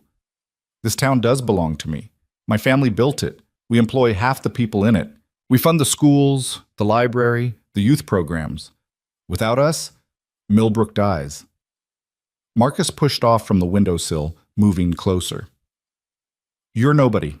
A maintenance worker with a dead wife and a kid you can barely support. You think you matter? You think standing up to me changes anything?" The mention of Lauren hit like a physical blow, rage flooding through Ethan so fast he had to clench his fist to keep from doing something stupid. Marcus saw it and smiled, pleased to have found the weak spot. "Leave my wife out of this." "Or what? You'll assault me like you assaulted Derek? Go ahead. Try it. Security cameras everywhere in this hospital. You lay one hand on me and I own you." Ethan took a slow breath, forcing the anger down, forcing himself to think. Marcus wanted him to react, wanted him to prove that he was unstable, dangerous, the kind of employee who couldn't be trusted, wanted evidence to justify termination. "I'm not going to hit you," Ethan said quietly. "I'm not going to take your money. I'm not going to quit. And I'm not going to stop fighting you. Then you're going to lose everything." "Maybe, but at least I'll lose it standing up." Ethan moved toward the door. "We're done here." "We're done when I say we're done," Marcus snapped, his composure finally cracking. "You don't walk away from me." Ethan opened the door, looked back. "Yeah, I do. That's the whole point." He left Marcus standing in the empty patient room and went back to his work, hands shaking with suppressed adrenaline, mind racing. The confrontation would have consequences. Marcus would use it somehow, twist it into evidence of insubordination or threatening behavior or whatever story fit his needs. But Ethan had refused the money, had refused to quit, had chosen the fight over the easy way out. That had to count for something. His phone buzzed. A text from Rachel. "Tom Winters just called. He's running the story Friday morning. Front page." Ethan stared at Rachel's text, reading it 3 times to make sure he'd understood correctly. Friday morning. The day after the board meeting. The timing was perfect and terrible in equal measure. He called her immediately. "Did he say what the story includes?" he asked. "Everything. The harassment, the retaliation, the pattern of behavior. He interviewed 8 people who've had problems with Marcus, Kevin, or Derek over the years. People who lost business deals, got forced out of properties, had their reputations destroyed for crossing them." Rachel's voice was tight with a mixture of excitement and terror. "He said it's the biggest story he's written in 20 years. And he's really running it the day after they try to fire me. He said the timing is news-driven. If they fire you Thursday, that becomes part of the story. If they don't, that's also part of the story. Either way, it shows what happens when people challenge power in this town." Ethan leaned against the corridor wall, closing his eyes. "This is really happening." "Yeah, it is." Rachel paused. "Are you scared?" "Terrified." "Me too." He heard her take a breath. "But also relieved. Like we've been holding our breath waiting for the explosion, and finally it's here. No more wondering, no more waiting, just the fight." "Just the fight," Ethan echoed. They talked for a few more minutes, comparing notes on what Tom Winters had asked them, what he'd seemed most interested in, what the story might look like. When they hung up, Ethan stood in the empty corridor for a long moment, letting the reality sink in. Tomorrow the board would try to fire him. Friday, the story would run. By the weekend, everyone in Millbrook would know every detail of what had happened, who was involved, what it meant. His private life would become public property. Emma would hear things at school, kids repeating what their parents said. Mrs. Patterson would face questions from neighbors. His whole carefully constructed invisible life would be stripped away, examined, judged. But maybe that was necessary. Maybe invisibility had never been protection, just postponement. Maybe the only way through this was straight ahead. He finished his shift, picked up Emma from school, made dinner while she did homework at the kitchen table. She chattered about her day, about the science project they were starting, about the book her teacher was reading to the class. Normal life, uncomplicated and sweet, the kind of moment he'd built his entire existence around preserving. "Dad, you're not listening," Emma said, her voice carrying that particular exasperation 8-year-olds perfected. "Sorry, sweetie. What did you say?" "I said Zoe's mom wants to know if she can come over Saturday. Can she?" Saturday. 2 days after the story ran. 2 days into whatever aftermath followed the explosion. "Sure," Ethan said, because what else could he say? Life continued. Kids made plans. The world kept turning even when your personal world was falling apart. "Are you okay?" Emma asked, her small face serious. "You've been worried a lot lately." "Just some work stuff. Nothing for you to worry about." "Is someone being mean to you?" The question caught him off guard. "What makes you ask that?" "Mrs. Patterson said some people in town are being unfair. She said you were doing the right thing and they were being bullies." Emma set down her pencil. "Are they bullying you?" Ethan sat down across from her, taking a moment to figure out how to answer honestly without scaring her. "Yeah, I guess they are. A little bit."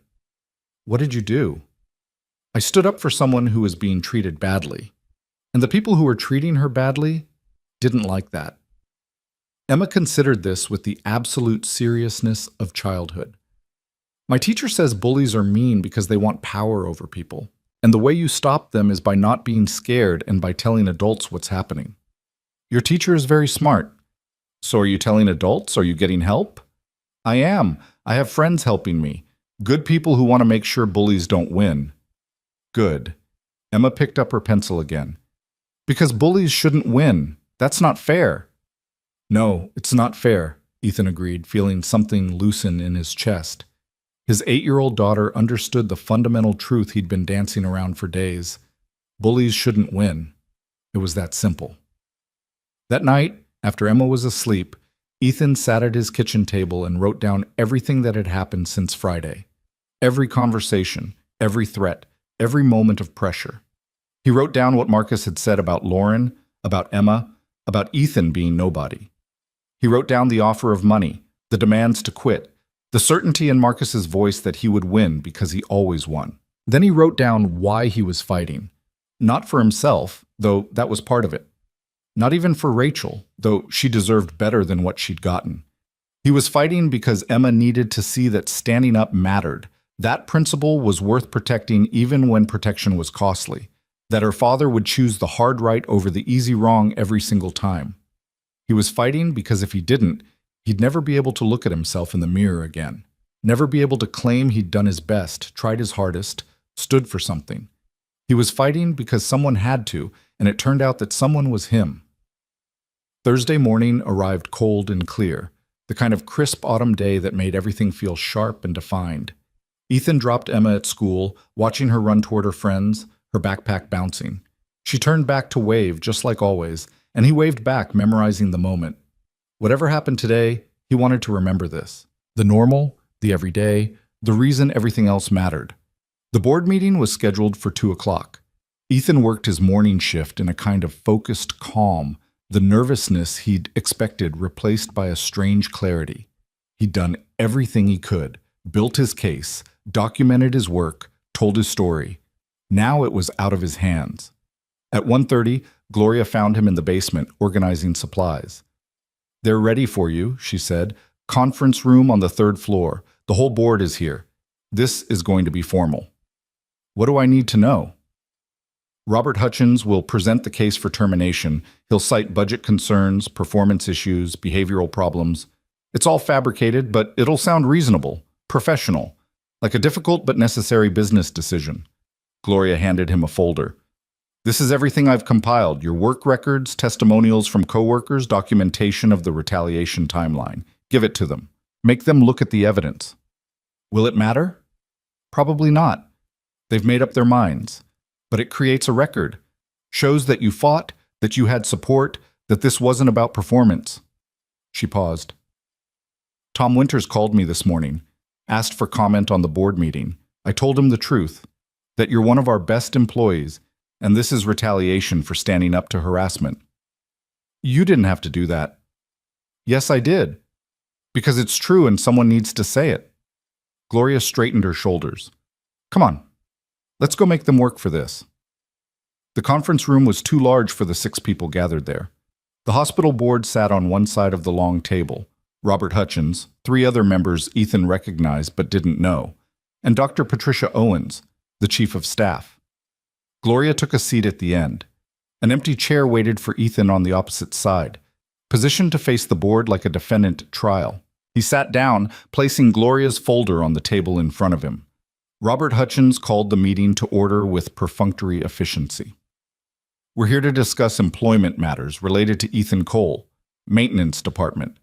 Mr. Cole, you have the right to have a representative present. Do you waive that right? I waive it, Ethan said. He'd considered bringing a lawyer, but lawyers cost money he didn't have. And besides, this wasn't really about law. It was about power. Very well, I'll summarize the concerns that have led to this meeting. Hutchins opened a folder that was considerably thicker than Gloria's. Over the past several months, we've received multiple reports regarding Mr. Cole's conduct. Unprofessional behavior, conflicts with colleagues, failure to complete assigned tasks in a timely manner. That's a lie, Ethan said quietly. Hutchins continued as if he hadn't spoken. Most recently, Mr. Cole was involved in an altercation at a local establishment that resulted in physical contact with a community member. This incident reflects poorly on the hospital and raises concerns about judgment and impulse control. I stopped someone from shoving me. That's not an altercation, that's self-defense. Your interpretation differs from others present. Hutchins glanced at his notes. Additionally, you've demonstrated insubordination during recent meetings with hospital administration, including confrontational behavior and refusal to accept guidance. I refuse to apologize for standing up to harassment.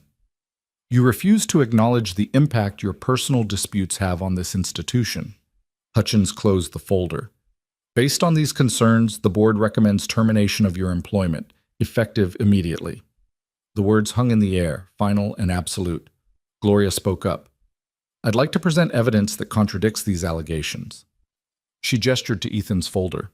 Mr. Cole's work records show consistent, excellent performance. He has never received a negative review. He regularly volunteers for extra shifts, helps other departments, and has been praised by both staff and patients. The alleged performance issues simply don't exist in any documentation prior to the incident Mr. Hutchins referenced. Performance can deteriorate over time, one of the other board members said. Ethan didn't know his name, but recognized him from photos in the Gazette. He owned a real estate company, probably did business with Marcus Trent. Deteriorate over what time period? There's no progressive discipline, no warnings, no documentation of any issues until the exact moment Mr. Cole stood up to Marcus Trent. Gloria's voice was sharp now, the professional courtesy dropping away. Let's be honest about what this is. This is retaliation, pure and simple. You're firing an excellent employee because he embarrassed someone powerful.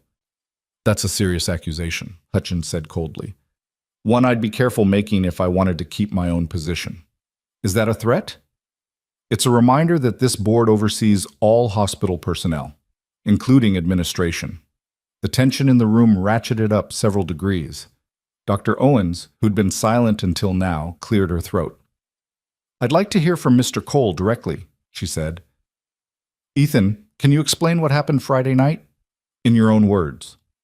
Ethan took a breath, organizing his thoughts. Dr. Owens was in her 60s, had been with the hospital for 30 years, and had a reputation for fairness. If anyone on this board might actually listen, it was her. I was at the Copper Tap, he began. A woman was sitting alone, working. 3 men approached her, Marcus Trent, Kevin Parsons, and Derek Nash. They told her she was sitting at their table and demanded she move. She refused. They escalated, threatened her job, surrounded her, made it clear she was expected to comply because they were important, and she wasn't. And you intervened, Dr. Owens said. I asked them to leave her alone. They refused. When one of them tried to shove me, I redirected him without using force. Then they left. Ethan met her eyes.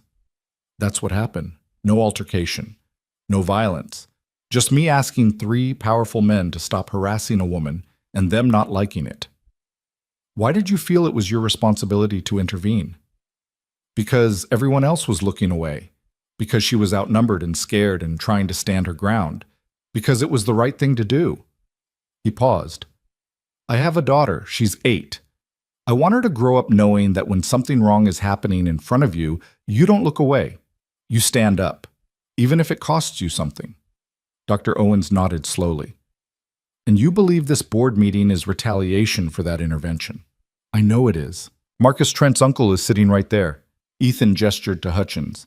He told me himself that my personal disputes were affecting the hospital's relationships with important donors. He gave me 3 months to keep my head down or face termination. That was Monday. Today is Thursday. Apparently 3 months was optimistic. Mr. Cole's conspiracy theories are not evidence, Hutchins said. The board is making a personnel decision based on documented concerns and institutional needs. His attempt to politicize that decision is exactly the kind of poor judgment we're addressing. What documentation? Gloria demanded. Show me one piece of paper, one email, one complaint filed before last Friday. Show me anything that suggests Ethan was anything other than an exemplary employee before he embarrassed your nephew. This isn't about my nephew. Then what's it about? Because from where I'm sitting, the timeline is pretty clear. Friday night, Ethan stands up to Marcus. Saturday morning, you call me demanding we review his position. Wednesday, you call an emergency board meeting. Thursday, you're trying to fire him. That's not normal procedure. That's not legitimate business practice. That's revenge. That's enough, Gloria, Hutchins said, his voice hard. Your defense of Mr. Cole is noted, but the board's decision stands. We're recommending immediate termination. I vote no, Dr. Owen said. Everyone turned to look at her. I vote no on termination, she repeated. The evidence presented doesn't support the severity of the action. At most, this warrants a formal warning and performance improvement plan. Immediate termination is excessive and frankly suspicious given the timeline Gloria outlined. Your objection is noted, Hutchins said, but the vote is 4-1. The recommendation passes. Dr. Owens shook her head. I'm also requesting that my dissent be formally documented in the meeting minutes, along with my concern that this board is making personnel decisions based on external pressure rather than institutional merit. So documented, Hutchins said tightly. He turned to Ethan. Mr. Cole, your employment with Millbrook Hospital is terminated effective immediately. You'll have until end of business today to collect your personal belongings. Your final paycheck will be mailed within 2 weeks. Ethan sat very still, feeling the weight of the moment. He'd known this was coming, had prepared for it, but the reality was still stunning. 6 years of work, 6 years of stability, gone in 15 minutes because he'd stood up for someone.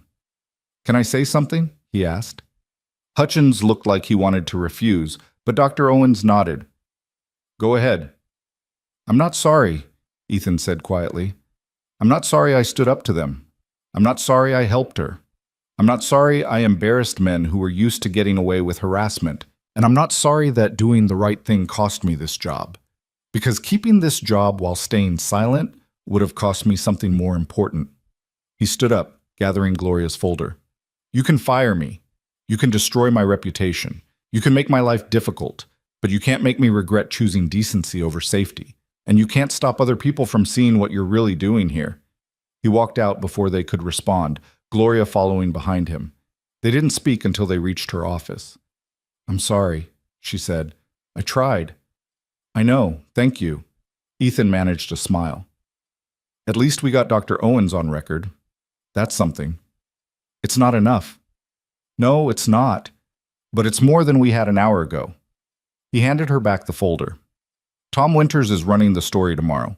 All of this, the timeline, the retaliation, the vote, it'll be in there. People will know. Will that matter? I hope so. Ethan checked the time. 2:40. He had to pick up Emma at 3:15. Had to figure out how to tell her that Dad lost his job.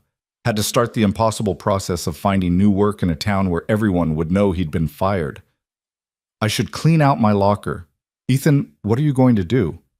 Honestly, I don't know. He paused in the doorway. But I'll figure it out. I always do. The maintenance office was empty when he got there. Carlos and the others were out on calls, which was probably for the best. Ethan didn't want to explain, didn't want to see pity or anger or relief that it was him and not them. He cleaned out his locker methodically, packing his spare clothes, his lunch containers, the photo of Emma he'd taped to the inside of the door.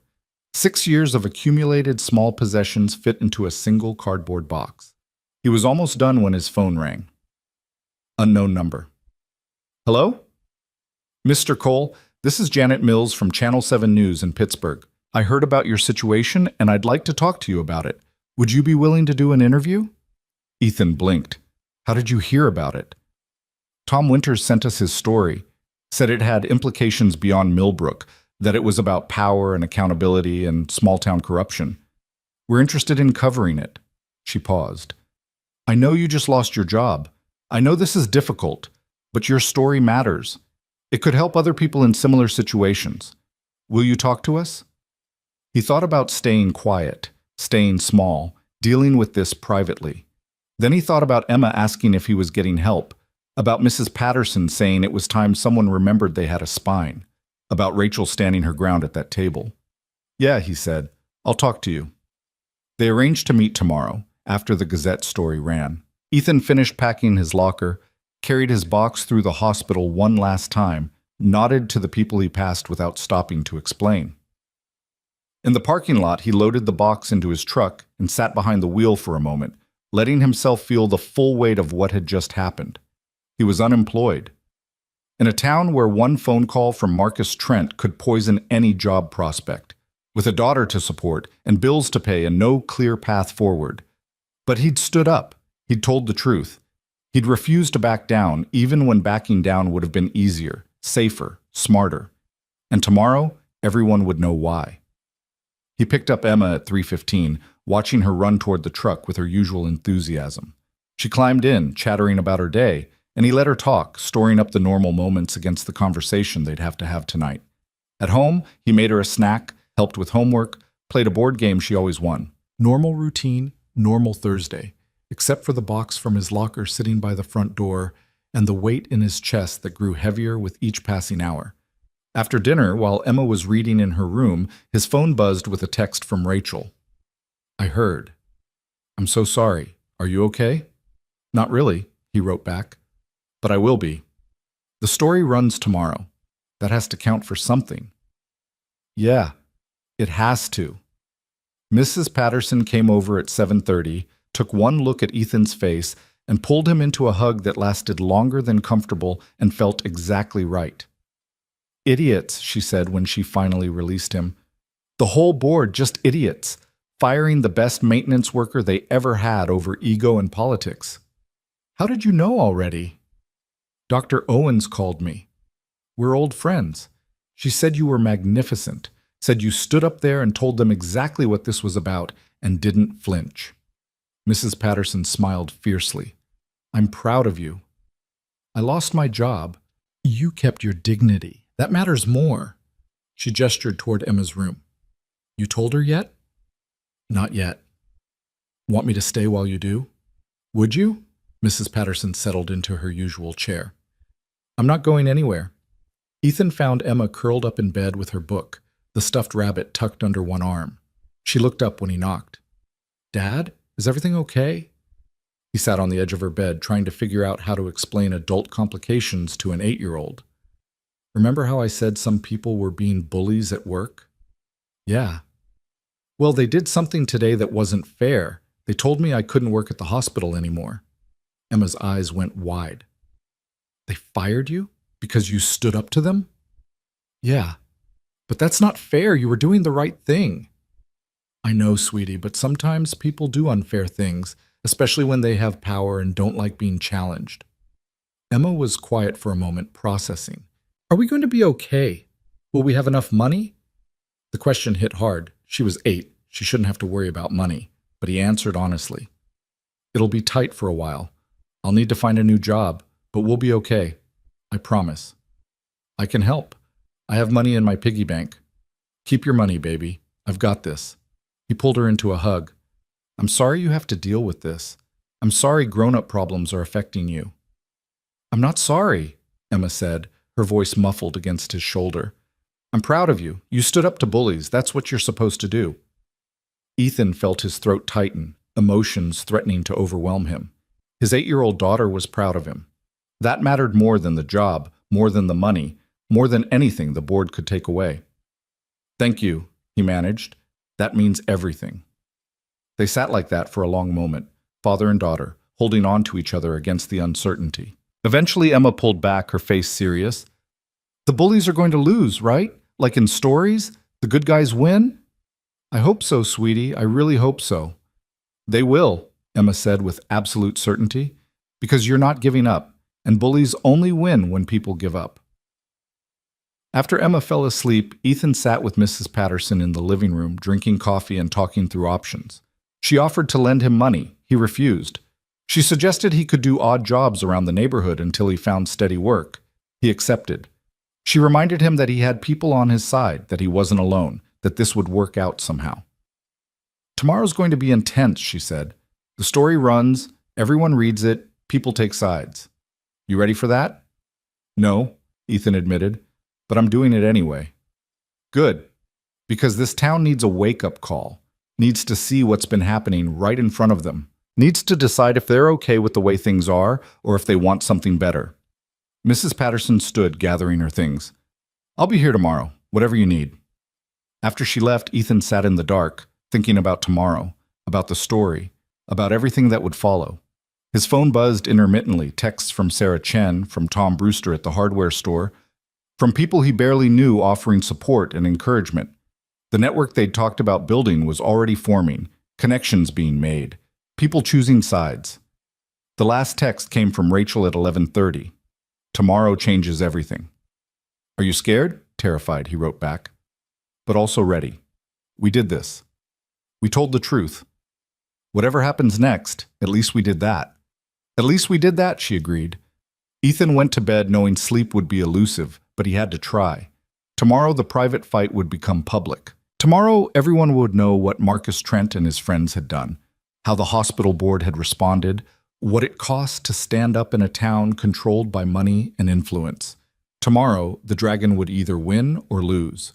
But tonight, lying in the dark with his daughter sleeping safely down the hall, Ethan felt something unexpected. He felt hope. Friday morning began with Ethan's phone ringing at 6:15. Tom Winters, his voice sharp with urgency.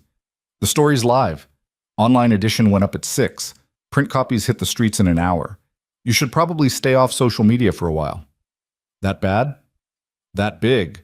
It's already being shared across the state. Pittsburgh stations are picking it up. You're going to have reporters calling all day. Winters paused.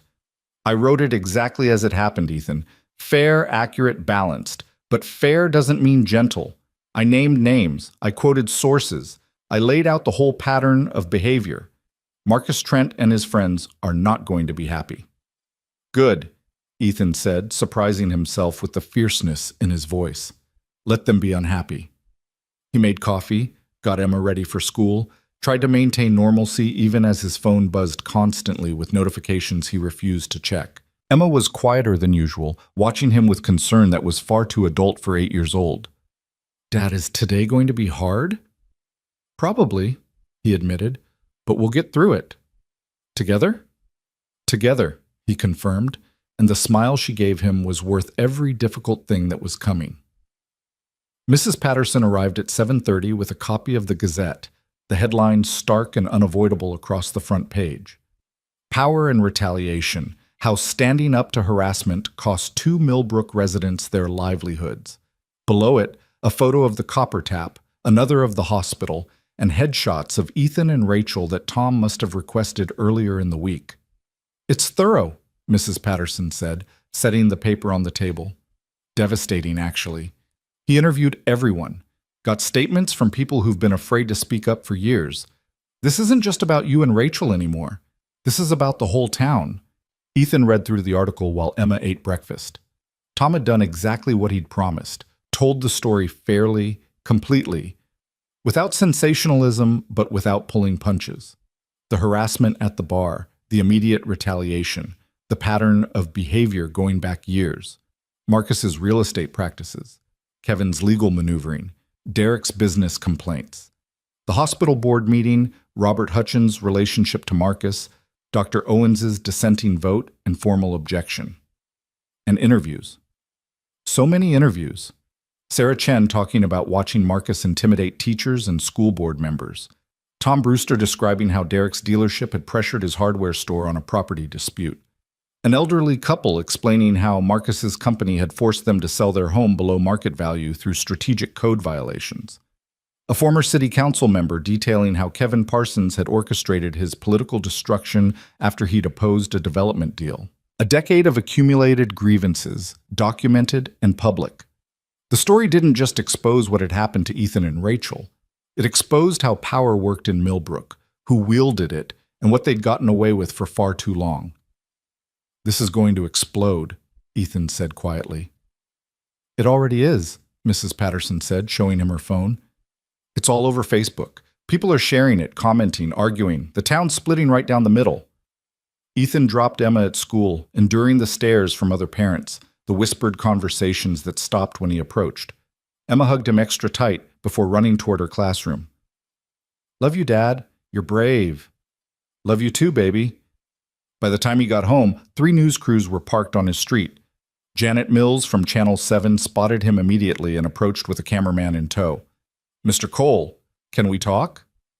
He'd agreed to this, he reminded himself. Had chosen to make it public. "Yeah, give me a minute to get inside. I'll come back out." In his living room, he took a breath, checked his reflection, tried to prepare for whatever was coming. His phone showed 43 missed calls, over 100 text messages, dozens of emails. He ignored all of it and walked back outside. The interview lasted 20 minutes. Janet asked good questions, tough questions, giving him space to tell the story in his own words. Why he'd intervened, what happened next, how the hospital had responded, what he wanted people to understand. "I want them to understand that this isn't just about me," Ethan said, looking directly at the camera. "This is about what happens when people with power face no accountability. When harassment is tolerated because the harasser is important. When standing up for what's right costs you everything while doing wrong costs nothing." He paused. "I lost my job for stopping harassment. Let that sink in. I lost my job for asking 3 grown men to leave a woman alone. That's what we've accepted as normal in this town. That's what has to change." What would you say to Marcus Trent if he was watching this? Ethan considered carefully. "I'd say you spent years building a reputation on fear and money.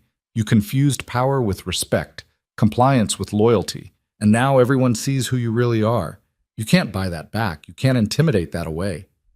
The truth is out, and people are choosing whether they're okay with it or not. That's the consequence you were so sure you'd never face." After the interview, 2 more news crews wanted statements. Ethan repeated the same basic message. This was about accountability, about patterns of behavior, about a town deciding what it stood for. By noon, he was exhausted, and his phone had stopped buzzing because the battery had died. He plugged it in, and immediately it lit up with notifications. Most were supportive, people thanking him for speaking up, sharing their own stories of being bullied or intimidated, expressing hope that things might finally change. But some were vitriolic, accusing him of destroying the town's reputation, calling him ungrateful and attention-seeking, threatening his safety and Emma's. The threats he forwarded to the police. Everything else he tried to ignore. Rachel called at 1 o'clock. "Are you seeing this?" "Seeing what?" "The school board just announced an emergency meeting for Monday. They're reviewing personnel policies and community relationship protocols." Her voice was shaking. "Principal Morrison called. He said the board wants to meet with me. He said I should consider having representation." That's good, isn't it? They're taking it seriously. Or they're circling the wagons, preparing to fire me publicly to show they won't tolerate teachers who cause controversy. She took a breath. "Channel 7 wants to interview me too. I don't know if I should do it." "Do you want to?" "I want this to matter. I want standing up to have meant something. But I'm scared, Ethan. I'm scared they'll destroy me anyway. And all this publicity will just make it worse." "They're going to try to destroy you regardless," Ethan said gently. "The question is whether you want to control the narrative or let them control it." whether you want people to hear your side or just theirs. Rachel was quiet for a long moment. Okay, I'll do the interview. We're in this together, right? Together, Ethan confirmed.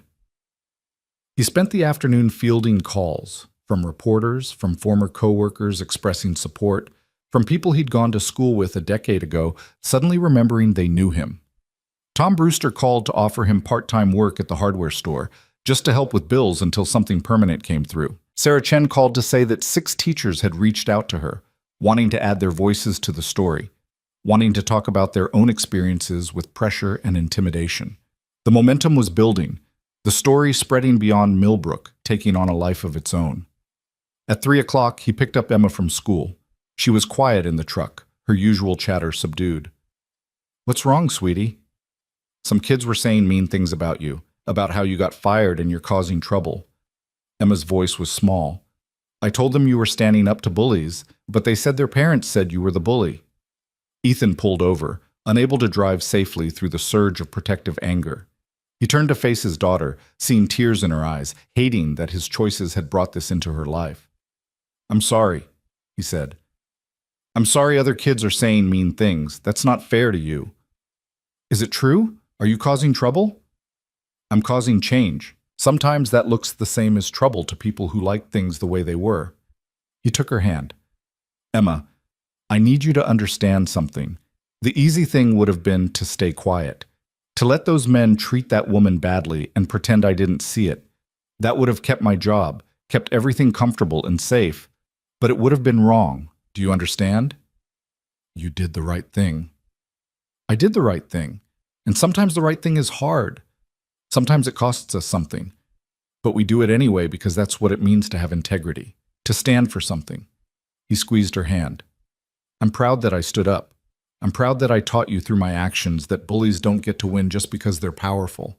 And I need you to be proud of that too, even when other kids say mean things." "I am proud," Emma said, wiping her eyes. "I'm really proud, Dad. I just wish it wasn't so hard." "Me too, baby. Me too." That evening, after Emma was in bed, Ethan sat down with his laptop and actually looked at the response to the Gazette story. It had been shared over 10,000 times. The comments section was a war zone. People defending Marcus and his friends. People condemning them. People arguing about whether Ethan was a hero or a troublemaker. Whether the story was accurate or exaggerated. Whether this was really about harassment or just about someone who couldn't handle how small towns worked. But buried in the arguments were other things. People sharing their own stories of being intimidated, pressured, forced out. A former employee of Trent Development describing systematic harassment of anyone who questioned Marcus's business practices. A woman who'd filed a sexual harassment complaint against Kevin Parsons 15 years ago, only to have it dismissed and her reputation destroyed. Parents describing how Derek Nash's dealership had sabotaged their attempts to report fraud, using his connections to make the complaints disappear. The pattern was undeniable. This wasn't isolated incidents. This was systematic abuse of power, sustained over years, enabled by a community that looked away because it was easier than confronting the people who controlled their economy. And now they were confronting it, finally, publicly, painfully. Ethan's phone rang. Unknown number.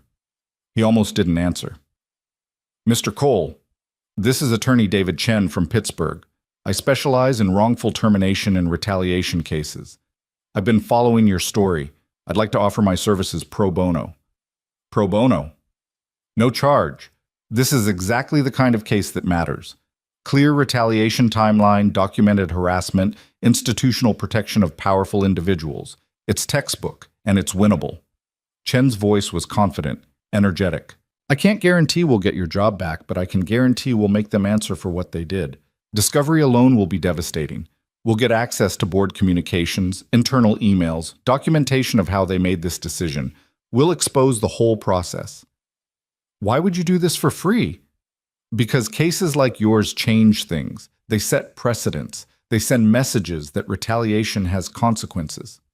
Chen paused.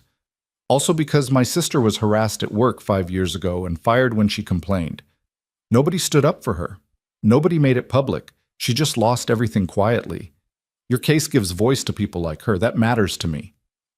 Ethan felt something shift in his chest, the weight of fighting alone lifting slightly. Okay. Yes. Thank you. They talked for an hour, Chen asking detailed questions about timeline, documentation, witnesses.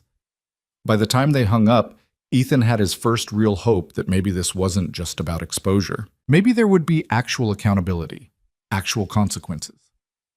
Saturday brought more news crews, more interviews, and a protest.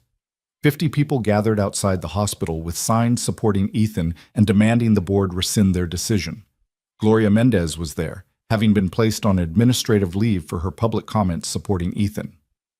Dr. Patricia Owen showed up too, speaking to reporters about her dissenting vote and her concerns about the board's integrity.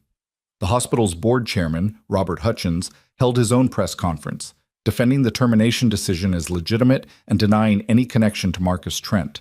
But the denial rang hollow when Marcus himself appeared beside him, showing solidarity that only confirmed what everyone already suspected. By Sunday, the story had gone regional.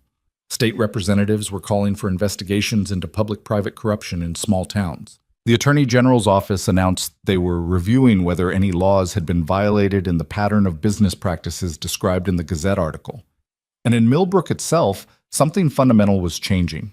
People were talking, actually talking, not just gossiping, having real conversations about power, about accountability, about what kind of town they wanted to live in. Sunday afternoon, Ethan's doorbell rang. He opened it to find Marcus Trent standing on his porch, alone, looking smaller somehow than he had in the bar or the hospital or any of the previous confrontations. "Can we talk?" Marcus asked quietly. Ethan considered closing the door in his face, considered telling him to go to hell, considered a lot of things, but curiosity won out. 5 minutes, he said, not inviting Marcus inside but stepping out onto the porch himself. They stood in the autumn sunlight, two men who'd become symbols of something larger than themselves, and Marcus looked tired in a way that money couldn't fix. "I came to apologize," Marcus said. "For which part? The harassment, the threats, the retaliation, or the press conference where you pretended none of it was connected?" "All of it," Marcus ran a hand through his hair. "I've spent the last 2 days watching my reputation fall apart, watching people I thought were friends give statements about how I treated them, watching my father, tell me I've destroyed the family name, watching the Attorney General open investigations into my business practices.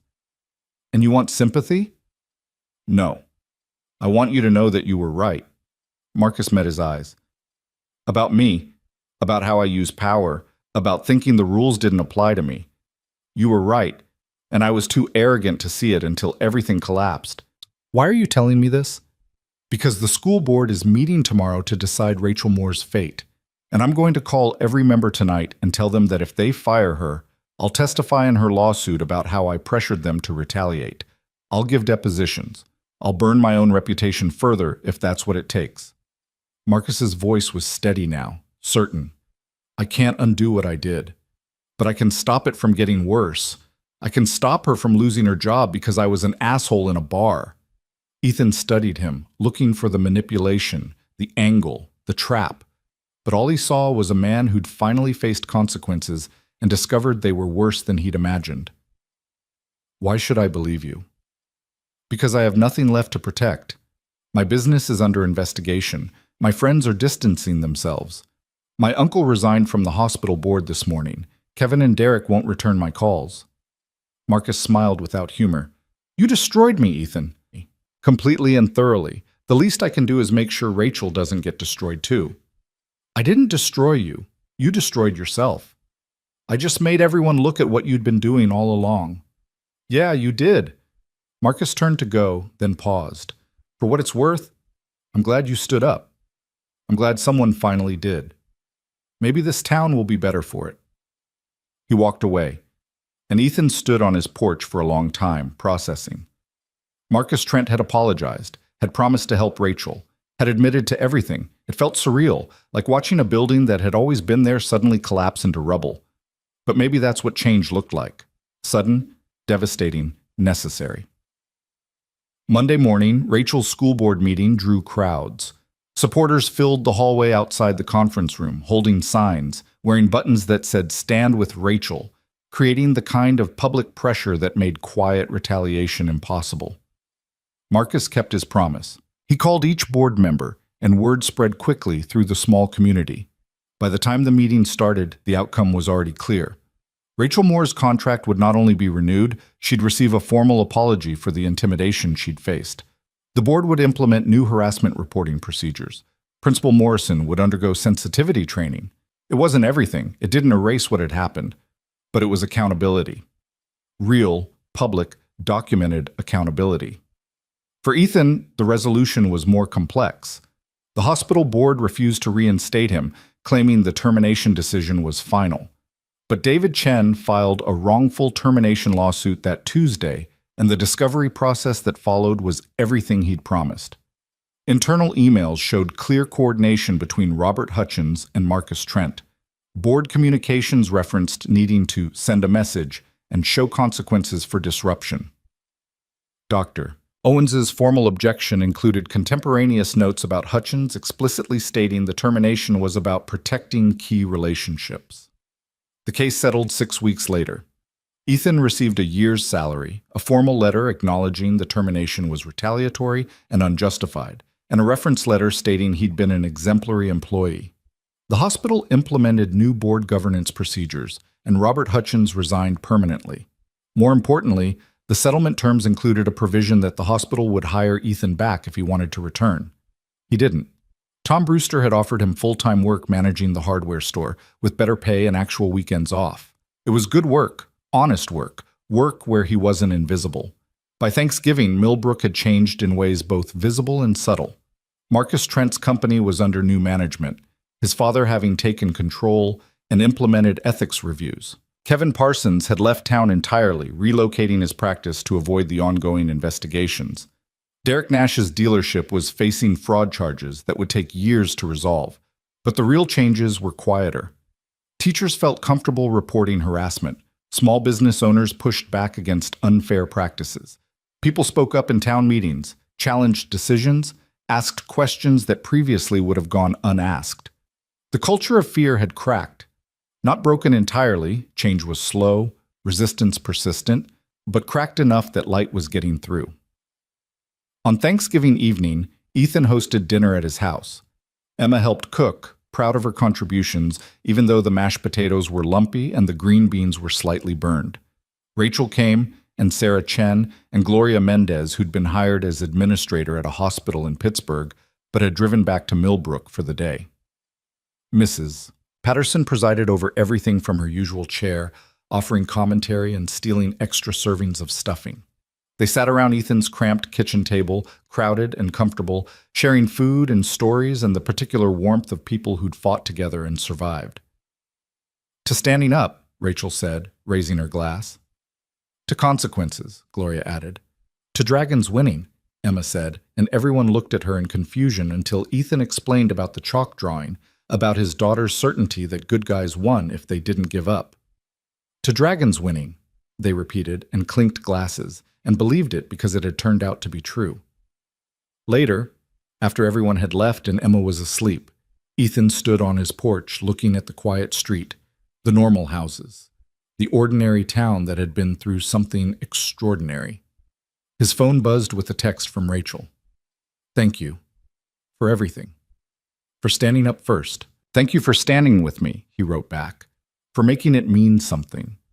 He thought about Friday night, about watching 3 men surround 1 woman, about the choice he'd made to stand instead of sit, about everything that had followed, the fear and the cost and the pain and the publicity and the slow grinding process of accountability.